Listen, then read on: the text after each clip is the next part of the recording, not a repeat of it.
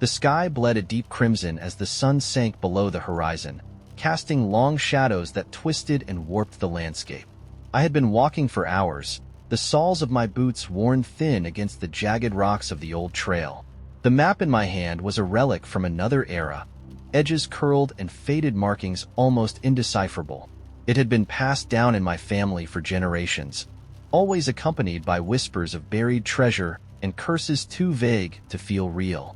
Until now, the trail led to a clearing surrounded by trees so ancient their trunks were twisted into grotesque shapes, like frozen gestures of agony.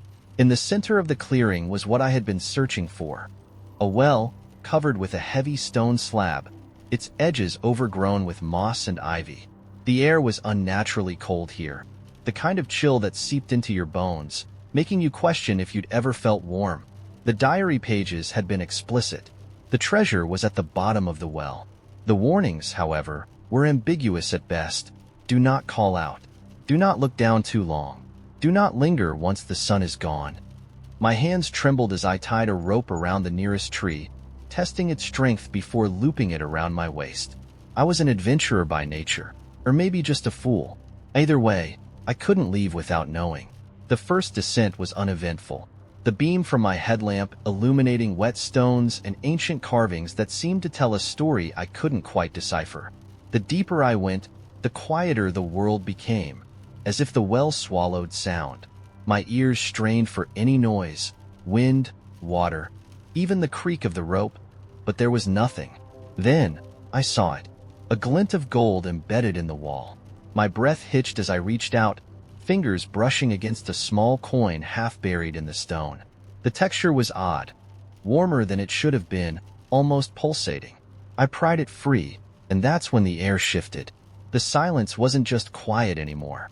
It was oppressive, pressing against my chest like a physical weight.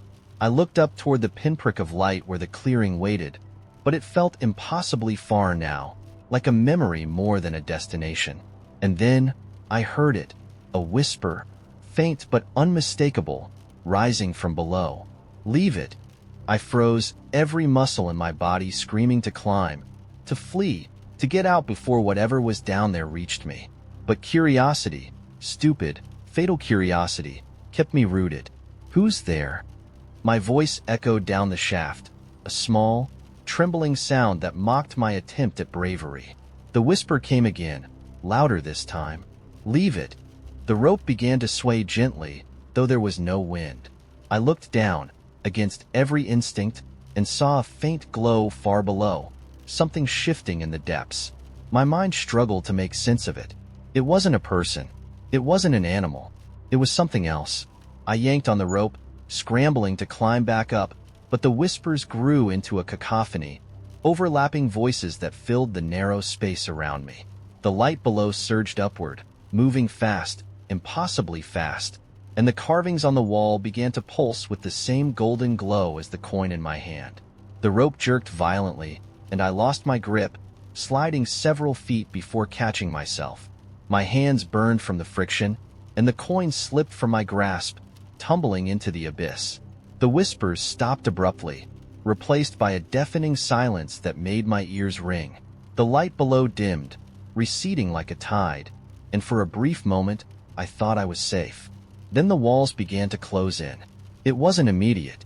At first, it was a subtle tightening, the space around me shrinking inch by inch, but soon, it became impossible to ignore. The carvings bulged outward, the stone bending and warping as though alive. Panic surged through me, and I climbed with everything I had, muscles screaming in protest. The opening above seemed to grow farther away with each passing second, the darkness around me thickening until it felt almost solid. When I finally broke the surface, gasping for air, the clearing was no longer as I had left it. The trees were blackened and twisted, their branches clawing at the sky like skeletal fingers. The stone slab that had covered the well was now cracked, glowing faintly with the same golden light as the coin. I stumbled backward, tripping over the roots that seemed to writhe beneath my feet. The whispers were back, but now they came from the trees, the ground, the very air. They weren't telling me to leave anymore. They were laughing. And then I saw it. A figure standing at the edge of the clearing, its form indistinct, shifting like smoke caught in a breeze. It had no face, no features, just an overwhelming presence that made my knees buckle. It raised a hand, or something like a hand, and pointed at me. I ran.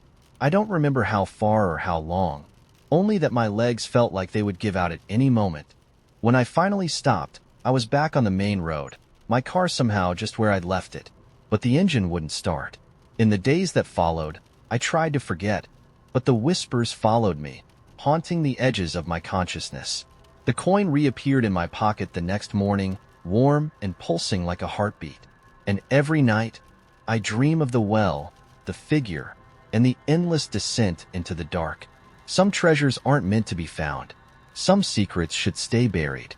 But it's too late for me now. The first time I met Caroline, I thought she was enchanting.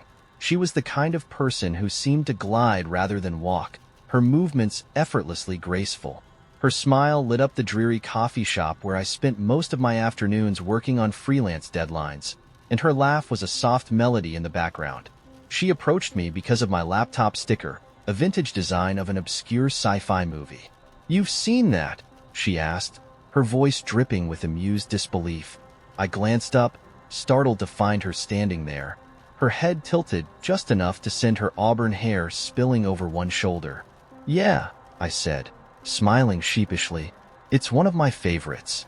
"Same," she replied, setting her coffee cup down on the edge of my table.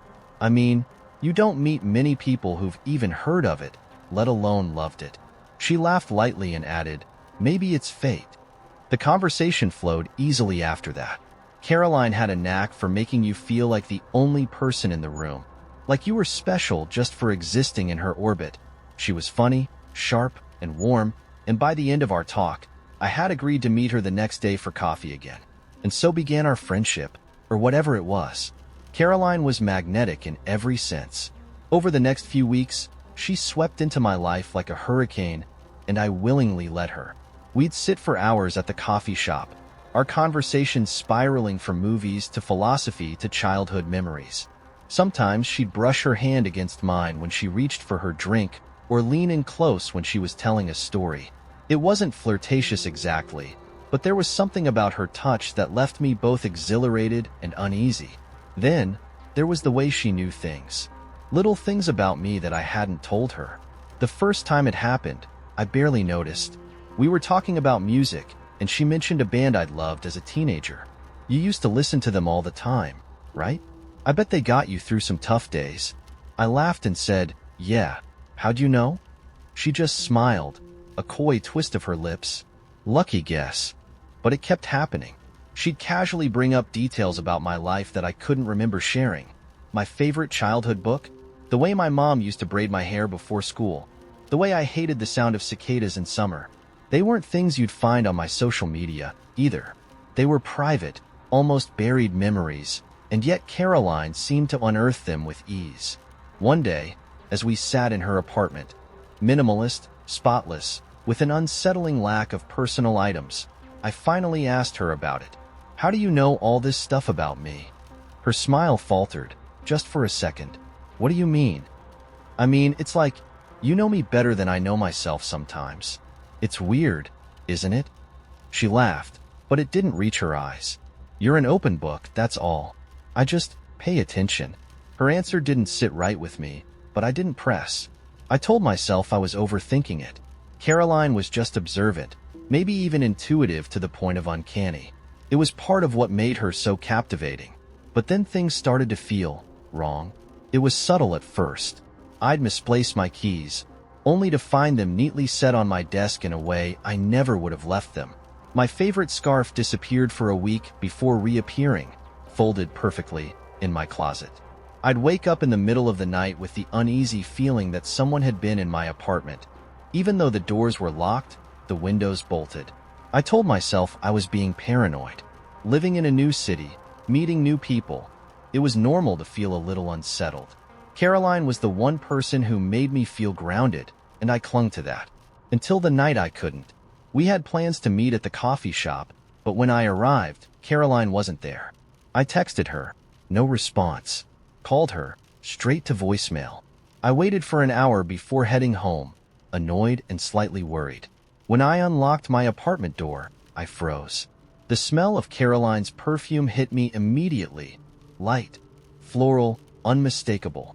My living room was exactly as I'd left it, except for one thing. A single framed photo sitting on my coffee table. It was a picture of me as a child, no older than 6, playing in my grandparents' backyard. I'd never shown Caroline that photo. I hadn't even thought about it in years. It had been tucked away in a box in my bedroom closet, buried under old yearbooks and forgotten souvenirs. My hands trembled as I picked up the frame. There was no note, no explanation, just my own wide-eyed, innocent face staring back at me. I set it down carefully and searched the apartment, every room, every closet, every corner. No one was there. I didn't sleep that night. The next morning, Caroline called me as if nothing had happened. "Sorry about last night," she said breezily. "I got caught up with something." "What were you doing?" I asked, trying to keep my voice steady. "Oh, nothing exciting," she said, her tone light. "Why?" I wanted to confront her, to scream, to demand an explanation. But something stopped me. Maybe it was fear, or maybe it was the calm confidence in her voice, like she already knew what I was thinking. That was 2 weeks ago. I haven't seen Caroline since. She stopped answering my texts. Her number is disconnected, and her apartment is empty, completely cleaned out, like she was never there. But I know she was. Every night, I feel it. The faint scent of her perfume lingers in the air. Items I swear I haven't touched appear in new places. And last night, when I went to bed, there was a note on my pillow in her handwriting. "You miss me, don't you?" A faint, rhythmic tapping, like raindrops on a window. Except it wasn't raining. I was in my apartment, perched on the edge of my couch, half watching some true crime documentary. It was late, almost midnight, and the city outside was unusually quiet. The tapping seemed to come from inside, but I couldn't place it. I muted the TV, holding my breath as I listened. Tap, tap, tap. It was coming from the wall behind me. I turned slowly, my heart thudding harder with each deliberate movement. The wall was bare except for an old clock I'd inherited from my grandmother, the kind with brass hands and a pendulum that swayed gently back and forth. I stared at it for a moment, convincing myself the sound must be the pendulum. Except it wasn't in sync. The tapping was slower, irregular, like someone drumming their fingers softly on the plaster. I stood up and approached the wall, pressing my ear to it. For a moment, there was silence. Then, directly beneath my ear, the tapping started again, sharper this time. I jerked back, nearly tripping over the coffee table. My apartment shared that wall with the unit next door, but no one had lived there for months. I knew because I had checked, several times, out of pure nosiness, feeling foolish but too unnerved to let it go. I grabbed a broomstick and knocked on the wall. "Hello?" My voice sounded brittle, like it didn't belong to me. I waited, but no one answered. I knocked again, harder this time, and leaned in, listening. The tapping stopped. I waited a full minute, too, straining to hear anything. When nothing happened, I exhaled, chuckling at myself. It was probably just pipes, or some harmless settling noise. I put the broom down and returned to the couch, turning the volume back up. I was just starting to relax when I noticed something out of the corner of my eye. The clock on the wall wasn't ticking anymore. It hadn't stopped entirely, though. The second hand was moving, but not in smooth, circular sweeps. It jerked forward, then back, then forward again, like it couldn't decide which direction to go. I stood, transfixed, as the pendulum began to slow, each swing stretching longer than the last until it stopped completely. My apartment filled with an unsettling silence, a silence so thick it felt alive. And then the tapping started again. Only now, it wasn't behind the wall. It was coming from the clock. My stomach dropped. I wanted to laugh at the absurdity of it, but there was nothing funny about the way the sound seemed to echo inside my head. Tap, tap, tap. I approached the clock cautiously, as if it might bite. The hands were spinning wildly now, blurring into an indecipherable haze. I reached out, hesitated, and then grabbed the clock off the wall. The moment I touched it, the room went dark. Not the usual kind of darkness, where your eyes adjust and you can make out vague shapes. This was absolute, consuming. The kind of darkness that pressed down on you, filling your lungs and ears. My chest tightened, and I struggled to breathe. Somewhere in the void, I heard the tapping again, louder now, more insistent. I dropped the clock, and it shattered on the floor with a deafening crash. The darkness vanished, replaced by blinding light. I was no longer in my apartment. I stood in a vast, featureless room, the walls and ceiling so white they hurt my eyes. There were no windows, no doors, just an endless expanse of brightness. My breathing came in short, panicked gasps as I spun in place, searching for an exit. And then I saw it. Across the room stood me. Not a mirror, not a reflection. Another version of me, staring back with the same wide-eyed fear. They were dressed identically to me, down to the tear in the left knee of my jeans and the faded hoodie I'd been wearing. I raised a trembling hand, and so did they. But when I took a step forward, they didn't move. Instead, they spoke. "You're not supposed to be here," they said, their voice a perfect match for mine. What is this?" I stammered. My doppelganger tilted their head, a gesture that felt both familiar and alien. "This is where they fixed the mistakes," they said cryptically. Before I could ask what that meant, the tapping returned, louder than ever. It echoed through the space, bouncing off invisible walls and filling my head until I thought my skull would split. I clapped my hands over my ears, but it didn't help. "Make it stop," I shouted. "They're coming," my other self said, their voice strangely calm. "You shouldn't have broken the clock. It was holding things together." The tapping grew deafening, and then I saw them. Shadows emerged from the brightness, tall and thin, their forms flickering like a bad signal. They moved in unison, their heads tilting as they approached. They didn't have faces, just smooth, blank surfaces where their features should have been. I stumbled backward, panic overtaking me. What do they want? "They're here to correct the timeline," my doppelganger said, their voice distant now, almost detached. "But you've complicated things." The shadows closed in, their movements almost graceful. I turned to run, but the room seemed to stretch endlessly in every direction. No matter how far I went, I couldn't escape the light, the tapping, the shadows. I screamed, but the sound was swallowed by the oppressive brightness. And then, just as suddenly as it had begun, it all stopped. I was back in my apartment, lying on the floor. The clock was on the wall, intact and ticking normally. The TV played its usual late-night drivel, and the city outside was as noisy as ever. Everything seemed normal, but it wasn't. I could feel it in my bones, in the subtle wrongness of the air. The clock wasn't chipped anymore. The tear in my jeans had vanished, and when I looked in the mirror, my reflection smiled before I did. I hadn't thought about the house in years.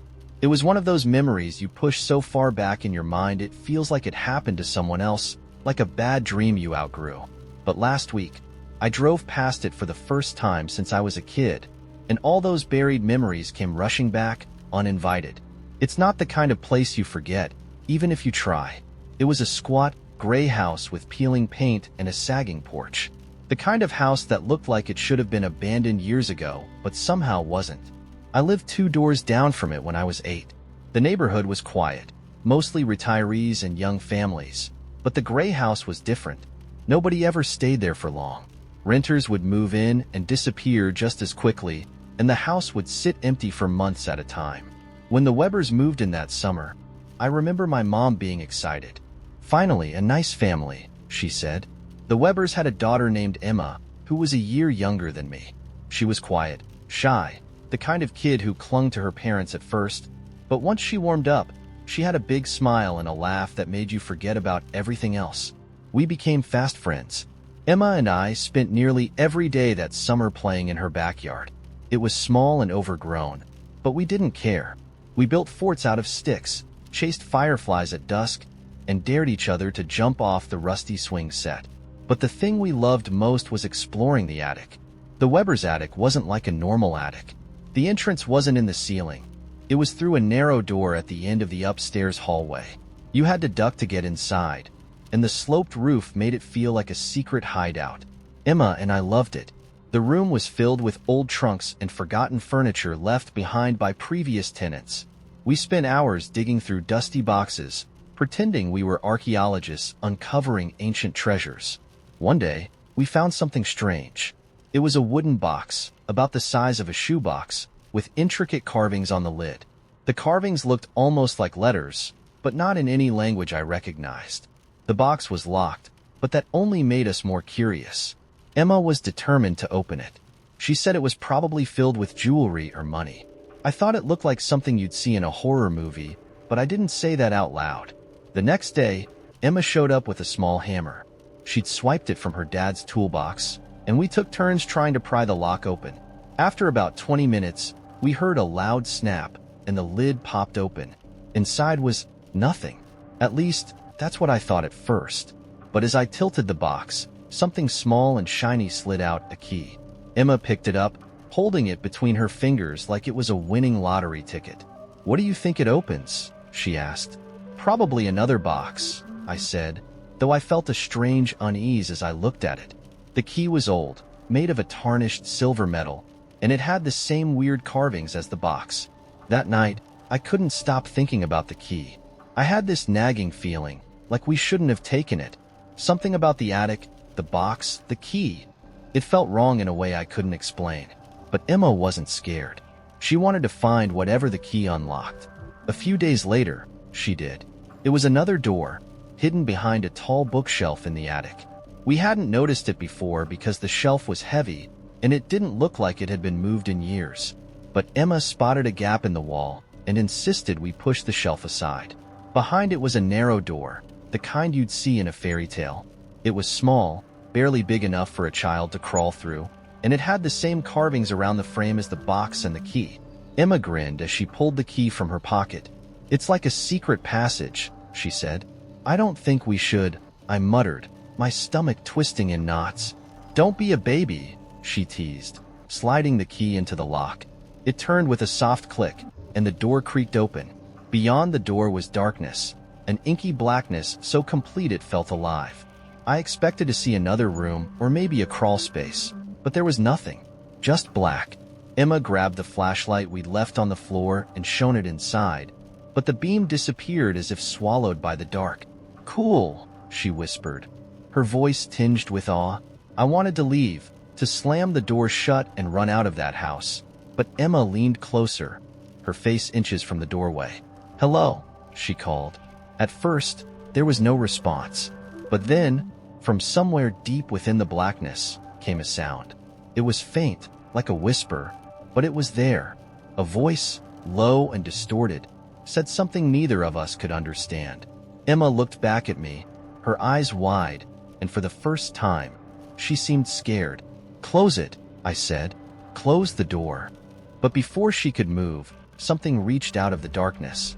It was fast, a blur of shadow and movement, and it grabbed Emma's arm. She screamed, dropping the flashlight as the thing yanked her toward the doorway. I lunged forward, grabbing her other arm, and pulled with everything I had. For a moment, it felt like a tug of war. Her body caught between me and whatever was in that dark void. And then, just as suddenly as it had appeared, the shadow released her. We slammed the door shut and shoved the bookshelf back into place. Emma was shaking, tears streaming down her face. Her arm was red and raw where the thing had grabbed her, and I could see faint marks, like finger-shaped bruises, forming on her skin. We never went back into the attic after that. Emma's parents didn't believe us when we tried to tell them what happened. They thought it was just our imaginations, the product of too many scary stories. But a month later, the Webbers moved out of the house. They didn't tell anyone why, but I heard my parents whispering about it. Something about Emma having nightmares, waking up screaming every night about a door. I never saw Emma again after that summer. The gray house sat empty for years, and the memory of that night faded into the background of my mind. Until last week, when I drove past the house and saw a small for sale sign in the yard. The windows were boarded up, and the porch was sagging even more than before. But as I stared at the house, I thought I saw movement in one of the attic windows, a shadow shifting behind the dirty glass. I told myself it was just my imagination. But I didn't slow down. I didn't stop. And I didn't look back. I first noticed something was off when I was brushing my teeth one night. My arm froze mid-motion, toothbrush hovering just above my molars. I don't mean I was distracted or zoned out. I mean it stopped. My muscles locked like someone had flipped a switch in my brain. For a long moment, I just stared at my reflection in the mirror, wondering if I was having a stroke. And then, just as suddenly, my arm moved again, finishing the stroke as if nothing had happened. I didn't even feel panicked at first. I just thought, weird. But then it happened again, and again. Little hiccups in my actions, like I was buffering. The next morning, I found a sticky note on the fridge that read, "Remember, only 5. No signature, no explanation. My first instinct was that my roommate, Jess, had left it there, but she denied it. 5 what? She asked, half laughing, as she chomped into an apple. I couldn't tell if she was messing with me, but her reaction seemed genuine. When I crumpled the note, I realized my hands were trembling slightly. By the end of the week, the pauses started happening more often. Sometimes it was just a hand hesitating to pick up a cup. Other times, my whole body would freeze mid-step, like a marionette waiting for its strings to be pulled. Once, I froze while driving. It was only for a split second, but that's long enough when you're going 65 on the highway. My foot pressed the gas pedal harder than I meant it to afterward, as if trying to compensate. My heart was still hammering when I pulled into my driveway. That night, I woke up on the living room couch, the TV blaring static. I hadn't turned it on. My throat felt dry, and my face was sticky with dried tears. I don't remember crying, but I must have been sobbing. My chest ached like I'd been squeezing the air out of it for hours. "Jess?" I called out, my voice croaky. No answer. I checked her room, but it was empty. Her bed was neatly made, and her keys were gone. The sticky notes started showing up more frequently after that. Sometimes on my nightstand, sometimes tucked into my shoes. They all said strange things that only made me more paranoid. Don't look left. You can't trust your legs. Remember the pattern. Jess came home once and caught me peeling a note off the inside of the fridge door. "What the hell are you doing?" she asked. She seemed genuinely concerned. "Didn't you put this here?" I asked. She grabbed the note from my hand, but the look she gave me was pitiful. "What note?" she asked. She was holding nothing but air. The next time I froze, it wasn't like before. It wasn't just a pause. I was chopping vegetables for dinner when I felt my hand jerk to the side. The knife slipped, not slicing me but landing a hair too close to my fingers for comfort. I tried to pull back, but my arm wouldn't respond. Slowly, deliberately, my hand started tapping the blade against the cutting board. Once, twice, 3 times. I was watching myself do it, and yet I wasn't doing it. My body didn't feel like mine anymore. I stood there, helpless, as my other hand reached up to my face and pinched my cheek, hard. Hard enough to make my eyes water. Hard enough that I knew I wouldn't have done it to myself on purpose. Then, as abruptly as it had started, the control snapped back to me. My knees buckled, and I dropped the knife, backing into the corner of the kitchen. My heart pounded as if I'd just run a mile. I didn't eat dinner that night. A week later, Jess disappeared. Her side of the apartment was untouched. No signs of a struggle, no note, no explanation. When I called her parents, they said she'd texted them that she needed space. "You know how she is," her mom said with a tired laugh. But I didn't know. Jess never just left. The pauses started getting longer. And worse, there were gaps now. Minutes, even hours, I couldn't account for. I'd find myself standing in strange places, holding things I didn't remember picking up. One day, I woke up in a park 3 miles from home, my shoes muddy and my hands stained red. I panicked, thinking it was blood, but it smelled sweet and sticky. Berry juice, maybe? Still, I couldn't explain how I'd gotten there or why. One night, I woke up to the sound of something scraping against my bedroom wall. I sat up slowly, and that's when I realized I wasn't alone. Someone, or something, was sitting at the foot of my bed. Its shape was indistinct, just a dark silhouette against the faint glow of my bedside lamp. I couldn't move. I couldn't scream. It leaned closer, and I could feel the mattress shift under its weight. A hand, my hand, reached out toward it, and I felt a sharp pain shoot through my arm. Then everything went black. When I woke up, my reflection in the mirror didn't look right. My eyes were the same, my features familiar, but there was something hollow about the expression staring back at me. Something too still, too expectant. I scrubbed my face, hoping to shake the feeling, but it didn't help. The sticky note on the mirror made my stomach drop. Welcome back? I can't tell what's real anymore. I don't trust my body. I don't trust my mind. And now, I'm not sure I was ever really in control to begin with. A plain, tacky little thing stuck in my mailbox. The front was a picture of a lighthouse, perched high on some craggy cliffs, surrounded by a churning, gray sea. I almost didn't flip it over, but there was something off about it. The lighthouse, it didn't have a door. Just smooth stone where the entrance should have been. On the back, in shaky, cramped handwriting, it read, "We miss you. Please come back." No name, no return address, just that. I figured it was a mistake, some mix-up at the post office, and tossed it in the trash. But later that night, as I was brushing my teeth, the words popped back into my head. "We miss you. Please come back." I didn't know anyone who lived near a lighthouse. Hell, I didn't know anyone who'd even been to a lighthouse. Still, something about it dug under my skin, itchy and wrong. The next day, things started to feel out of sync. The corner store where I bought my coffee every morning had moved the cash register. It was subtle, just a few feet to the left, but enough to make me hesitate.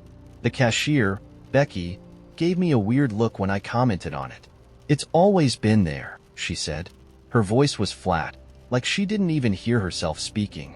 At work, the building felt colder than usual. The lights flickered every few minutes, faint enough that I thought I might have imagined it. My boss, Carla, called me into her office, but when I walked in, she wasn't at her desk. Instead, she was standing by the window, staring out at the street below. She didn't turn when I came in, didn't even acknowledge me. "Do you ever feel like you're not supposed to be here?" she asked, her voice low and strange. I froze. "Here? Like, the office?" She shook her head. "Here. At all." I laughed nervously, but she didn't say anything else, just kept staring out the window. After a minute, I backed out of the room and closed the door. When I checked later, the office lights were off, and she was gone. That night, I found another postcard.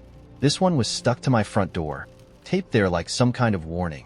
It was the same lighthouse, but now the sea was calm, almost glassy.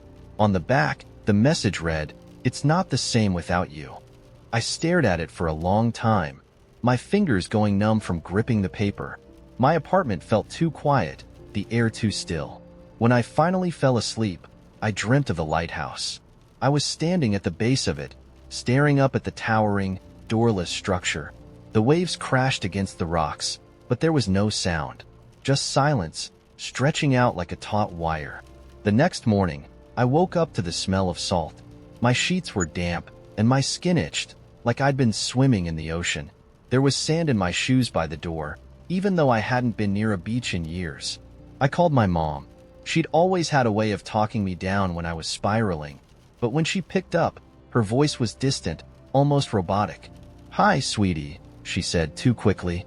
"Everything okay?" I told her about the postcards, about the dream, about the sand. She didn't say anything for a long time.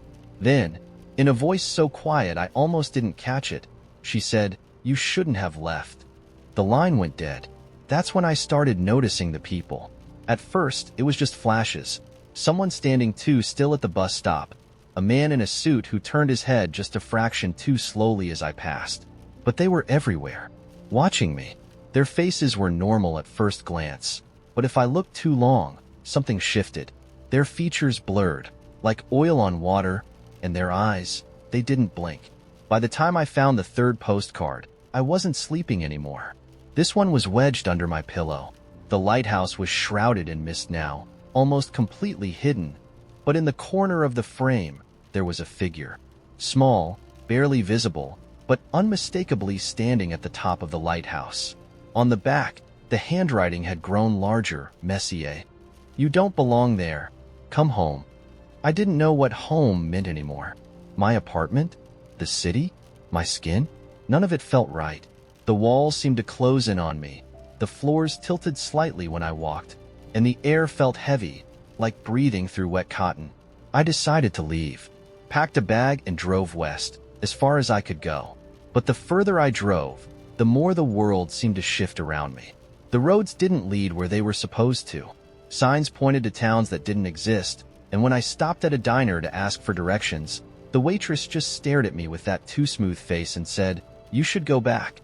It's waiting for you." I didn't ask what it was. I kept driving until the gas ran out. The car sputtered to a stop on an empty road, surrounded by fog so thick I couldn't see 10 feet in front of me. I tried calling for help, but my phone screen was blank. No apps, no signal, just that faint glow. That's when I saw the light. Faint and flickering, cutting through the fog like a pulse. It wasn't headlights. It was taller, rhythmic, a beacon, the lighthouse. I don't remember walking there, but suddenly, I was standing at its base, just like in the dream. This time, there was a door. It was open, spilling cold, white light onto the rocks. I stepped inside. I don't think I'm the same anymore. When I first saw the cabin, it was exactly as described. A cozy retreat nestled in the woods, complete with a stone fireplace and creaky wood floors. I found it listed on a site for long-term rentals, advertised as the perfect place to disconnect from the world and find yourself. It seemed like exactly what I needed after my recent breakup and the stress of my dead-end job. A couple of months off-grid, far away from the city, sounded perfect. The owner, a middle-aged woman named Janice, had left the key under a rock by the front steps. "Make yourself at home," she'd written in the email. "Oh, and don't worry if you notice things moving around. The house has a way of settling." I figured she meant creaks and groans, the usual noises old houses make. The first night, I fell asleep to the sound of wind whispering through the trees. It was peaceful, almost too quiet for someone used to the hum of city life. I woke up around midnight to a faint clatter coming from the kitchen. Half asleep, I stumbled out of bed to investigate. A pan I'd left on the counter was now on the floor. I frowned, but chalked it up to my own carelessness. Maybe it had been teetering on the edge and fallen. The next day, I spent my time exploring the woods, taking photos of the moss-covered trees and listening to the birds. By the time I returned to the cabin, the sun was setting, painting the sky in hues of orange and pink. Everything was just as I'd left it, except for one small detail. A chair at the dining table had been pulled out, angled toward the window. I was sure I hadn't left it like that. Still, it wasn't alarming, just strange. That night, I locked the doors and windows before going to bed. I couldn't shake the uneasy feeling that I wasn't alone. I woke up again around midnight, this time to the sound of something tapping against the bedroom window. My heart raced as I crept toward it, expecting to see a branch or maybe an animal. But there was nothing outside except the dark expanse of trees. The tapping stopped as soon as I looked. The next morning, I noticed another oddity. My journal, which I'd left on the bedside table, was open to a page I hadn't written yet. At first, I thought I was imagining it, but as I flipped through, I found sentences written in a tight, cramped script that wasn't mine. Do you hear it too? The tapping? The whispering? I slammed the journal shut and shoved it into a drawer. Maybe I'd written it in my sleep, or maybe Janice had played some kind of prank before leaving. I tried to brush it off, but that day, as I walked through the woods, I couldn't shake the feeling of being watched. The trees felt taller, the shadows deeper. Once, I thought I saw a figure in the distance, a tall, thin shape standing perfectly still, but when I blinked, it was gone. That night, the cabin felt smaller, the air heavier. I was too afraid to sleep, so I stayed up reading by the fire. Around 2 in the morning, I heard a creak from upstairs. My stomach dropped. I hadn't even been upstairs since I arrived. The noise came again, followed by a soft, shuffling sound, like footsteps. I grabbed the fireplace poker and crept toward the stairs, my heart pounding in my chest. "Hello?" I called out, my voice trembling. The only answer was silence. The upstairs was empty, just a small, unused bedroom and a storage closet filled with dusty boxes. As I turned to go back downstairs, I noticed something that made my blood run cold. A handprint, smeared on the window. It was too large to be mine, and it was on the inside. I barely slept that night, every sound amplified by my fear. By morning, I'd convinced myself it was just paranoia, a combination of isolation and an overactive imagination. I decided to pack up and leave, but when I went to the door, my keys were gone. I tore the cabin apart looking for them, but they were nowhere to be found. That evening, as the sun dipped below the horizon, I found something new. A message scrawled on the mirror in the bathroom. It wasn't written in marker or lipstick, but scratched into the glass itself. Stay. Panic surged through me, and I tried calling Janice, but there was no cell signal. I even climbed onto the roof of the cabin, desperate for a single bar, but the woods stretched endlessly in every direction, swallowing the horizon. It was like the cabin had been plucked from reality and dropped into some liminal nowhere. That night, the tapping returned, louder and more insistent. I sat huddled by the fire, gripping the poker like a lifeline. And then I heard it. A voice, faint and whispery, coming from upstairs. "You should have stayed," it said, almost playful. "Now it's too late." The next morning, I woke to find every window and door in the cabin nailed shut from the inside. The dining table was gone. The fireplace poker I'd been holding was nowhere to be found. Worst of all, my reflection in the bathroom mirror didn't move when I did. It stared back at me, wearing an expression I couldn't place. Part pity, part malice. I've been here for weeks now, maybe months. Time doesn't work the same anymore. The tapping has stopped, but the whispers haven't. They tell me things about myself I don't want to know, things I can't unhear. I've stopped looking in the mirror. Sometimes, when I glance at it by accident, I see the reflection smiling at me. I don't know how to leave. I'm not sure I even exist outside this place anymore. Just a passing glance and a warm grin from a stranger at the library. I'd been sitting in my usual spot by the second-floor window, buried in my laptop, struggling through a project deadline. When I glanced up to stretch my neck, there he was. A tall guy with a scruffy beard and glasses, walking past with a coffee in one hand and a stack of books in the other. He caught my eye, smiled, and kept walking. It wasn't unusual. The library was a hub for all kinds of people, and a friendly smile here or there was just part of the atmosphere.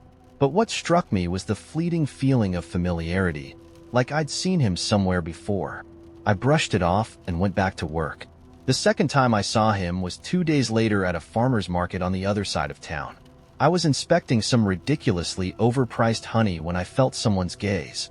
I turned, and there he was again, standing by a stall selling artisanal bread. His smile returned the moment our eyes met, but this time, he waved. "Hey, from the library, right?" he said, strolling over like we were old acquaintances. Caught off guard, I nodded. Yeah, small world." He chuckled. "It really is. Name's Caleb, by the way." I introduced myself, feeling a little awkward.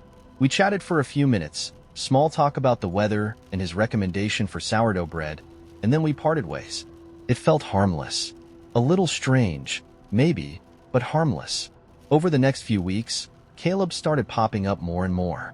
I'd run into him while grabbing coffee, see him walking his dog near my gym, or notice him reading in the park where I like to jog. Each time, he'd flash that same friendly smile and strike up a conversation. It wasn't threatening, not at first. In fact, it almost felt comforting to see a familiar face in a big city. But after the 5th or 6th time, something about it started to itch at the back of my mind. The turning point came one night when I was walking home from a friend's party. It was late, and the streets were quiet except for the occasional hum of a passing car. I was half a block from my apartment when I saw a figure standing in the shadows near the entrance. My heart skipped a beat, but as I got closer, the figure stepped into the light. It was Caleb. He wasn't smiling this time.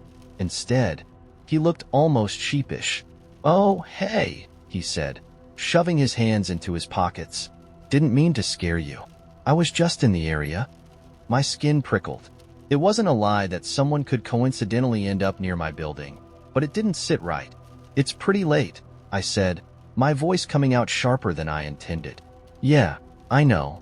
Just taking a walk," he replied. "Well, good night." And with that, he turned and disappeared down the street. That night, I couldn't sleep. My mind kept circling back to every encounter with Caleb.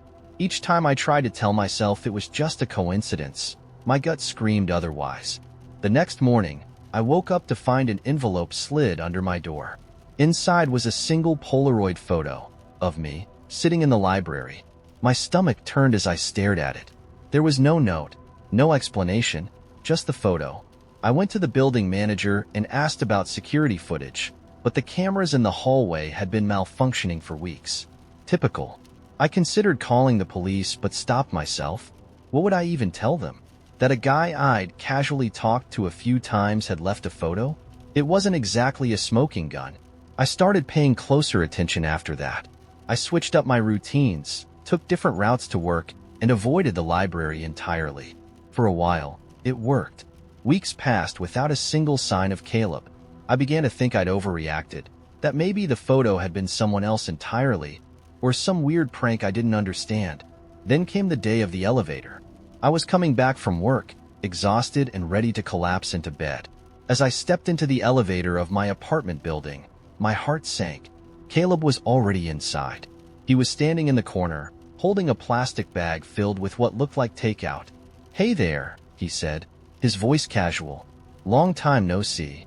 I froze, my fingers hovering over the button panel. What are you doing here?" I managed to ask. "Oh, I'm visiting a friend. New tenant on the 6th floor," he said, gesturing vaguely with the bag. "What about you? You live here?" I didn't answer. My stomach churned as the doors closed, trapping us inside the small metal box. I couldn't prove he was lying, but every instinct in me screamed that he was. The elevator dinged, and Caleb stepped off on the 6th floor, turning to wave as the doors closed again. As soon as I got to my apartment, I locked every door and window and double-checked the peephole. I didn't sleep that night, listening for any sound outside my door. The next morning, I called the building management to ask about a new tenant on the 6th floor. They checked and told me no one new had moved in. My blood ran cold. I haven't seen Caleb since that day, but the fear hasn't left me. Every time I walk down the street or step into an empty room, I half expect to see him standing there, smiling that friendly smile. I changed apartments, switched jobs, even deleted all my social media, but sometimes I find little things that make me question if I'm truly free. A coffee cup left on my car hood, a familiar face in a crowded cafe, or a shadow that lingers too long outside my window. Was it all just a series of bizarre coincidences? Or was Caleb playing a game I'll never understand? I don't know, and that's the part that keeps me up at night. I never believed in the idea of inherited bad luck until the thing with the postcard started. I mean, I'd heard stories, family curses, generational misfortunes, but they always sounded like superstition wrapped in coincidence.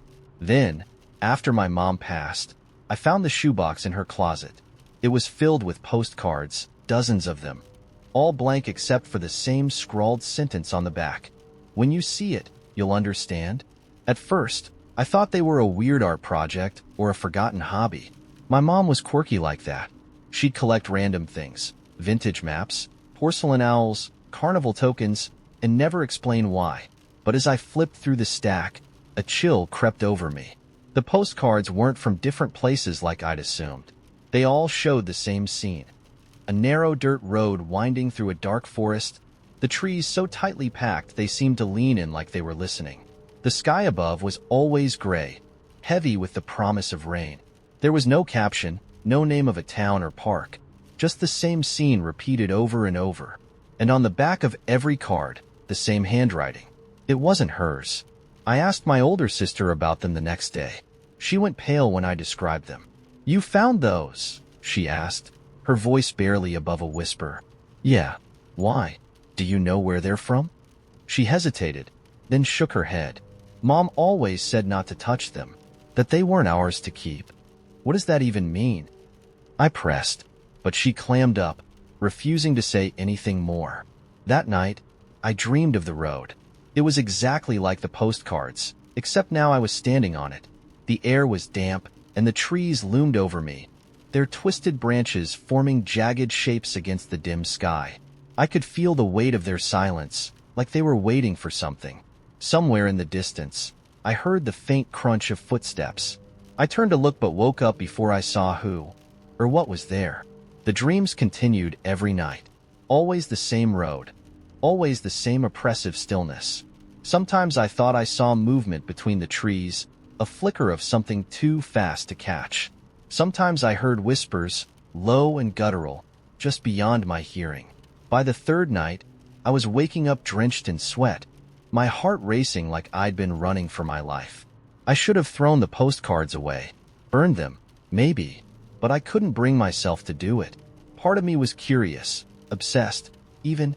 I started searching online for any clue about the road, the forest, or even the phrase on the back. Nothing came up. No matches for the image. No folklore about cursed postcards. Nothing. It was like they didn't exist outside of that box. Then the first postcard arrived in the mail. It was identical to the ones in the shoebox, except this one had my name and address neatly printed on the front. The handwriting on the back was the same. When you see it, you'll understand. I stared at it for a long time, my hands shaking. Who sent this? How did they know about me? About the box? I flipped it over again and again, searching for a postmark or a clue, but there was nothing. Just the road, winding deeper into the forest. I didn't sleep that night. Over the next few weeks, more postcards came. One every 3 days, always the same picture, the same sentence. I stopped going to work, stopped answering calls. My world shrank to the size of my apartment, where I sat surrounded by postcards, trying to piece together a puzzle that refused to make sense. The dreams grew worse, more vivid. I could feel the cold dirt beneath my feet, hear the distant rustle of leaves, and always, the sound of footsteps coming closer. The final straw came when I found a postcard on my kitchen counter. I hadn't been to the mailbox that day, and I lived alone. Someone, or something, had been inside. I left that night, driving aimlessly for hours before checking into a cheap motel off the highway. I didn't tell anyone where I was going.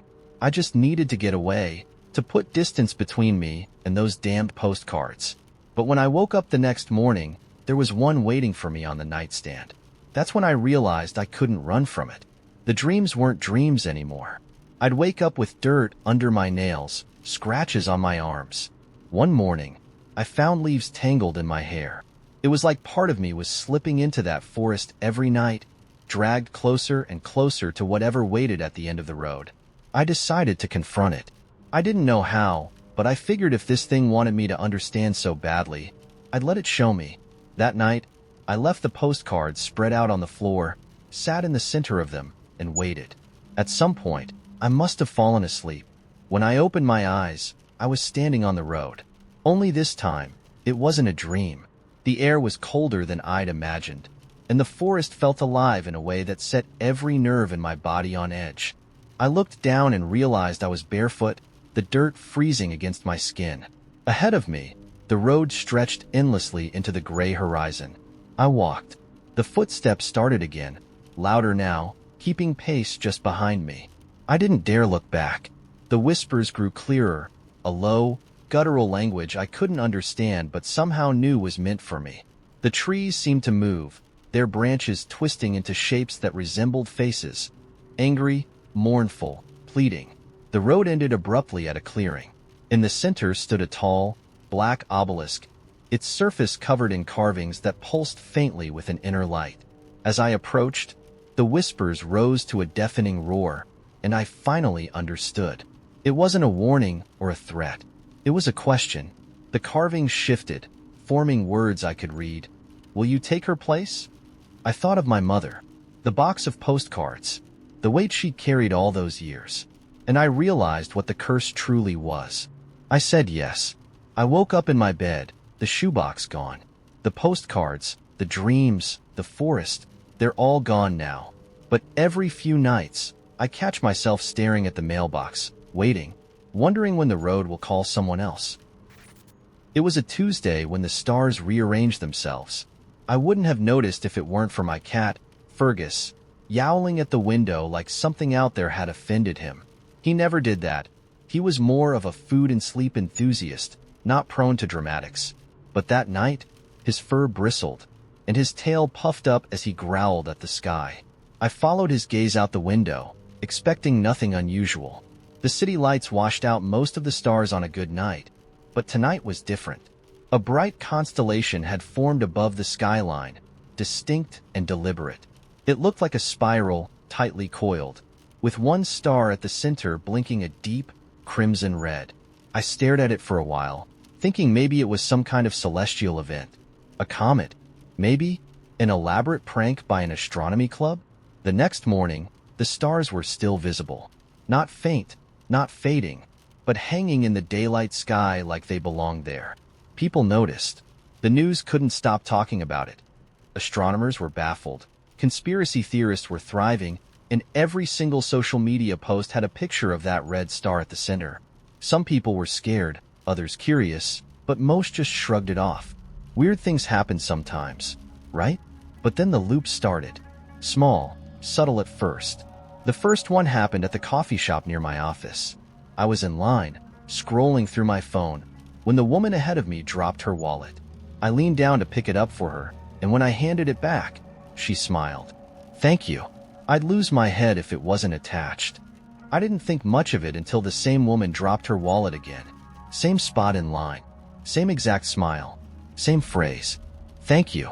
I'd lose my head if it wasn't attached. I froze, looking around to see if anyone else noticed. But everyone carried on as usual. The barista called the next order, the hum of conversations continued, and the woman just went about her business like nothing was wrong. By the third time it happened, my hands were shaking. It was exactly the same, down to the way the sunlight hit the gold clasp on her wallet. I left without ordering anything. The next loop wasn't so subtle. It was raining when I stepped out of the office, a sudden downpour that drenched the pavement. As I turned the corner toward the subway, I slipped and dropped my bag, scattering papers everywhere. A man with an umbrella stopped to help me gather them, and as he handed me the last sheet, he said, "Careful out there. It's slippery." I thanked him and hurried on. 10 steps later, it happened again. The rain, the slip, the papers, the man. Same umbrella, same words. I didn't even bother to thank him the second time. I just stared at him like he might crack open and reveal something alien underneath. It was the third loop that sent me running. By then, my brain had fully rejected the idea that this was just a coincidence. The man with the umbrella was waiting at the corner again, but this time, his expression changed. His polite smile faltered, just for a moment, and his eyes locked onto mine with a sharpness that made my skin crawl. "Careful out there," he repeated, but his tone was different, almost mocking. I ran all the way home, soaked to the bone, and locked every door and window. Fergus greeted me with his usual indifference, but even he seemed tense, staring at the ceiling like something invisible was crawling there. That night, the loops got worse. I woke up at 3:17 a.m. to a soft knocking on my front door. 3 taps, a pause, then 3 more. I froze in bed, my heart pounding. No one knocked at my door at that hour. My building had a buzzer system, and I didn't have any close neighbors. I didn't move, hoping whoever it was would go away. 3 taps, a pause, then 3 more. I mustered the courage to check the peephole, but when I looked, no one was there. Just the dim hallway stretching into darkness. I crept back to bed, my heart still racing, and lay there staring at the ceiling. That's when I noticed the knocking hadn't stopped. It wasn't coming from the door anymore. It was inside the apartment. 3 taps, a pause, then 3 more. The sound was coming from the walls. The next morning, everything was normal. Almost. The red star in the sky was brighter, and the news had started referring to it as the Eye. People joked about it being some kind of alien surveillance system, but the jokes didn't land. There was a tension in the air, a collective unease no one wanted to acknowledge. Fergus wouldn't stop pacing, and every time I glanced at him, he was staring at something I couldn't see. By the time I left for work, the loops had started bleeding into each other. The woman at the coffee shop dropped her wallet in the subway. The man with the umbrella appeared outside my office, even though it wasn't raining. They didn't seem real anymore, more like actors playing their parts in a script they couldn't deviate from. That night, the knocking returned, but this time, it wasn't alone. A voice accompanied it, faint and whispery, speaking a language I couldn't understand. The words were soft, almost gentle, but they carried a weight that made my chest feel tight. Fergus hissed at the walls, his back arched, and for the first time, I considered leaving the apartment altogether. I didn't, though. Where would I even go? By the end of the week, the loops had consumed everything. People in my building repeated the same conversations every time I saw them. The barista at the coffee shop handed me the same cup of coffee 3 times in a row, even though I hadn't ordered anything. And the red star in the sky, it wasn't just brighter now. It was bigger. The whispers grew louder that night. They came from everywhere. The walls, the floor, the air itself. Fergus hid under the bed, growling, and I sat curled up on the couch, clutching a flashlight like it would do any good. The whispers stopped suddenly, replaced by a single, clear voice. "Do you see now?" The lights flickered, and for a split second, the walls of my apartment seemed to shimmer, revealing something behind them. A vast, sprawling grid of light and shadow, stretching into infinity. And then it was gone, and everything was normal again. Almost. The next morning, Fergus was gone. No sign of him, no note, no explanation. Just the faint scent of ozone lingering in the air. The loops continued, but now they felt different. Sharper, more deliberate. Like whoever, or whatever, was behind them had noticed I was paying attention. The red star in the sky wasn't just watching anymore. It was waiting, and I think it's waiting for me. I was walking home from work, the streets lit by the golden glow of a late summer evening. Everything felt unusually serene. The gentle hum of passing cars, the rhythmic click of my shoes against the pavement, the distant laughter of children playing. I just rounded the corner to my apartment building when I saw it. At first, it looked like a jet contrail cutting across the twilight. A streak of white, faint and unassuming, stretching from horizon to horizon. But as I squinted up at it, something about it seemed off. It wasn't moving, not even a shimmer. And the edges weren't soft like clouds. They were sharp, jagged, almost like torn fabric. I stopped in the middle of the sidewalk, tilting my head back.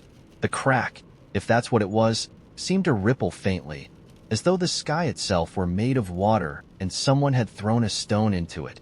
I wasn't the only one who noticed. People nearby began pointing upward, murmuring to each other. A man jogging with his dog stopped to snap a photo. A delivery driver pulled over, leaning out of his van to get a better look. "What the hell is that?" someone muttered. Before I could decide whether to join the growing crowd or keep moving, a low vibration rolled through the air. Not quite a sound, but something you could feel in your chest, like the sub-bass at a concert. The crack shimmered, its jagged edges glowing faintly. For a split second, it almost seemed to widen. And then, as abruptly as it had appeared, the vibration stopped. The sky was calm again. I went inside, telling myself it was just an atmospheric anomaly. Something scientific and explainable, even if I didn't have the words for it. People would be talking about it online soon enough, and the experts would weigh in. I headed upstairs, made dinner, and tried to forget about it. But the crack stayed with me. That night, I dreamed of it. In my dream, it was larger, stretching endlessly. I could hear faint whispers coming from it, voices layered over each other like 1,000 people murmuring secrets at once. The whispers grew louder, almost frantic, until they turned into screams. I woke up drenched in sweat, the echoes of the sound still ringing in my ears. The next morning, the crack was still there. I turned on the news, expecting it to be the top story, but no one mentioned it. The anchors talked about traffic, the stock market, the weather. Nothing about the tear in the sky. I checked my phone. No tweets, no posts, no photos. It was as if the crack didn't exist, or worse, as if no one remembered it. I went to work, trying to shake the unease gnawing at me. As I walked, I kept glancing up, but the sky looked normal. The crack was gone. For a moment, I felt foolish, almost relieved. Maybe I'd imagined it. Maybe it was just some trick of the light. But then things started to change. It began subtly. The barista at the cafe handed me my coffee before I'd even ordered it. "How'd you know what I wanted?" I asked, half joking. She blinked at me, confused. "You order the same thing every day," she said. Except I didn't. I switched between lattes and black coffee depending on my mood, and I'd never seen her before in my life. Later, at work, my computer refused to boot up. I called IT, and when the tech arrived, he frowned at me like I was wasting his time. "This machine hasn't worked in years," he said. "We replaced it last spring." He pointed to the far corner of the office, where a newer model sat on a desk I'd never used. My name was taped to the monitor in neat block letters. By lunchtime, I was starting to feel like I was losing my grip. Familiar places felt slightly different, like they'd been rearranged overnight. People I saw every day called me by the wrong name or acted like we were strangers. My boss asked me to finish a report I'd never heard of. "The one you started yesterday," she said, tapping her watch. "It's due at 3. When I went outside to clear my head, the crack was back. It wasn't just a streak across the sky anymore. It was massive, a gaping wound in the firmament. Through it, I could see something. It wasn't another sky, or space, or anything I could describe. Just shifting colors and shapes, pulsing and twisting in ways that made my eyes ache. The air around me felt heavy, charged with static. And then, for the first time, something came through. It looked like a person. No, several people, layered over each other in a blur of motion. They flickered as they walked, their outlines warping and dissolving like bad reception on an old TV. Their faces were blank, smooth as porcelain, and their heads tilted at unnatural angles as they scanned the crowd. The other pedestrians didn't seem to notice. They walked past the figures without a second glance, their conversations carrying on as though nothing was wrong. I stood frozen, unsure whether to run or hide or scream. One of the figures turned toward me, its featureless face somehow locking onto mine. It raised a hand, a slow, deliberate gesture. My vision blurred, and the air seemed to vibrate again. That same low, bone-deep hum I'd felt the night before. The crack widened, spilling more of the flickering figures into the world. And then everything stopped. The figures froze. The hum went silent. The world around me shimmered, and I was back in my apartment. The TV was on, playing the same show from the night before. My coffee cup sat on the table, still warm. For a moment, I thought I'd imagined everything. But when I looked out the window, the crack was still there, smaller now, but pulsing faintly. I stared at it, my heart pounding. A notification buzzed on my phone. It was an alert I'd never seen before, the screen glowing unnaturally bright. Reality synchronization failed. Please remain in your assigned dimension. And just like that, the crack began to grow again. The first time I realized the world wasn't quite right, it was because of a penny. I was walking home from the corner store, juggling a bag of chips and a soda, when I spotted it on the sidewalk, a shiny, new penny gleaming in the sunlight. Something about it caught my attention, so I bent down to pick it up. That's when I noticed the year stamped on it, 2037. I frowned, turning it over in my hand. It had the standard Abraham Lincoln on the front, the shield on the back, but the date didn't make sense. It was 2024. Pennies didn't just appear 13 years ahead of their minting. Maybe it was a misprint, I thought. A weird collector's item. I stuffed it into my pocket and moved on, but something about it gnawed at me. The second clue came the next morning. My phone's alarm went off at its usual time, but when I checked the screen, the date was wrong. October 14th, 2024, it said. Yesterday had been March 3rd. I stared at the date, trying to make sense of it. My calendar app was useless, every event blank. The weather widget told me it was currently snowing. I went to the window, no snow, just the same gray skies and damp streets. I restarted my phone, but the date stayed the same. At work, things got even weirder. My cubicle neighbor, Dave, said good morning and handed me a file he'd already given me last week. "Didn't we finish this?" I asked, flipping through the familiar pages. Dave looked confused. "No, you just asked for it yesterday." "Yesterday was Sunday," I said. He blinked at me, his expression unreadable. "No, it wasn't." For the rest of the day, every time I tried to focus on work, I kept seeing that penny in my mind. I took it out of my pocket during lunch, examining it again under the harsh cafeteria lights. The details were perfect, as real as any other coin. I showed it to Linda from accounting, just to get a second opinion. Looks normal to me, she said, squinting at it. Why? Check the year, I said. She did. Her face stayed blank. It says 2024. She handed it back and returned to her salad. When I looked at the penny again, it did say 2024. I didn't eat my lunch. The third incident hit me like a truck, almost literally. I was walking home again, crossing at the same intersection as always, when I noticed the street signs had swapped. Sycamore Avenue was now Cypress Lane. The shop on the corner that sold used books was suddenly a coffee shop. I stood there for a full minute, staring, until a car honked to remind me I was in the middle of the road. When I got home, my apartment felt wrong. The walls were the same dull beige, the furniture in the same spots, but the air had a faint metallic tang that made me queasy. I went to grab a glass from the kitchen cabinet and froze. Inside were 8 glasses, 8 identical tumblers. I only owned 4. I opened another cabinet. All the plates were black. Mine were white. I closed the cabinet, trying to ignore the way my hand shook, and turned on the TV. Every channel was static except for one. A news broadcast in a language I didn't recognize.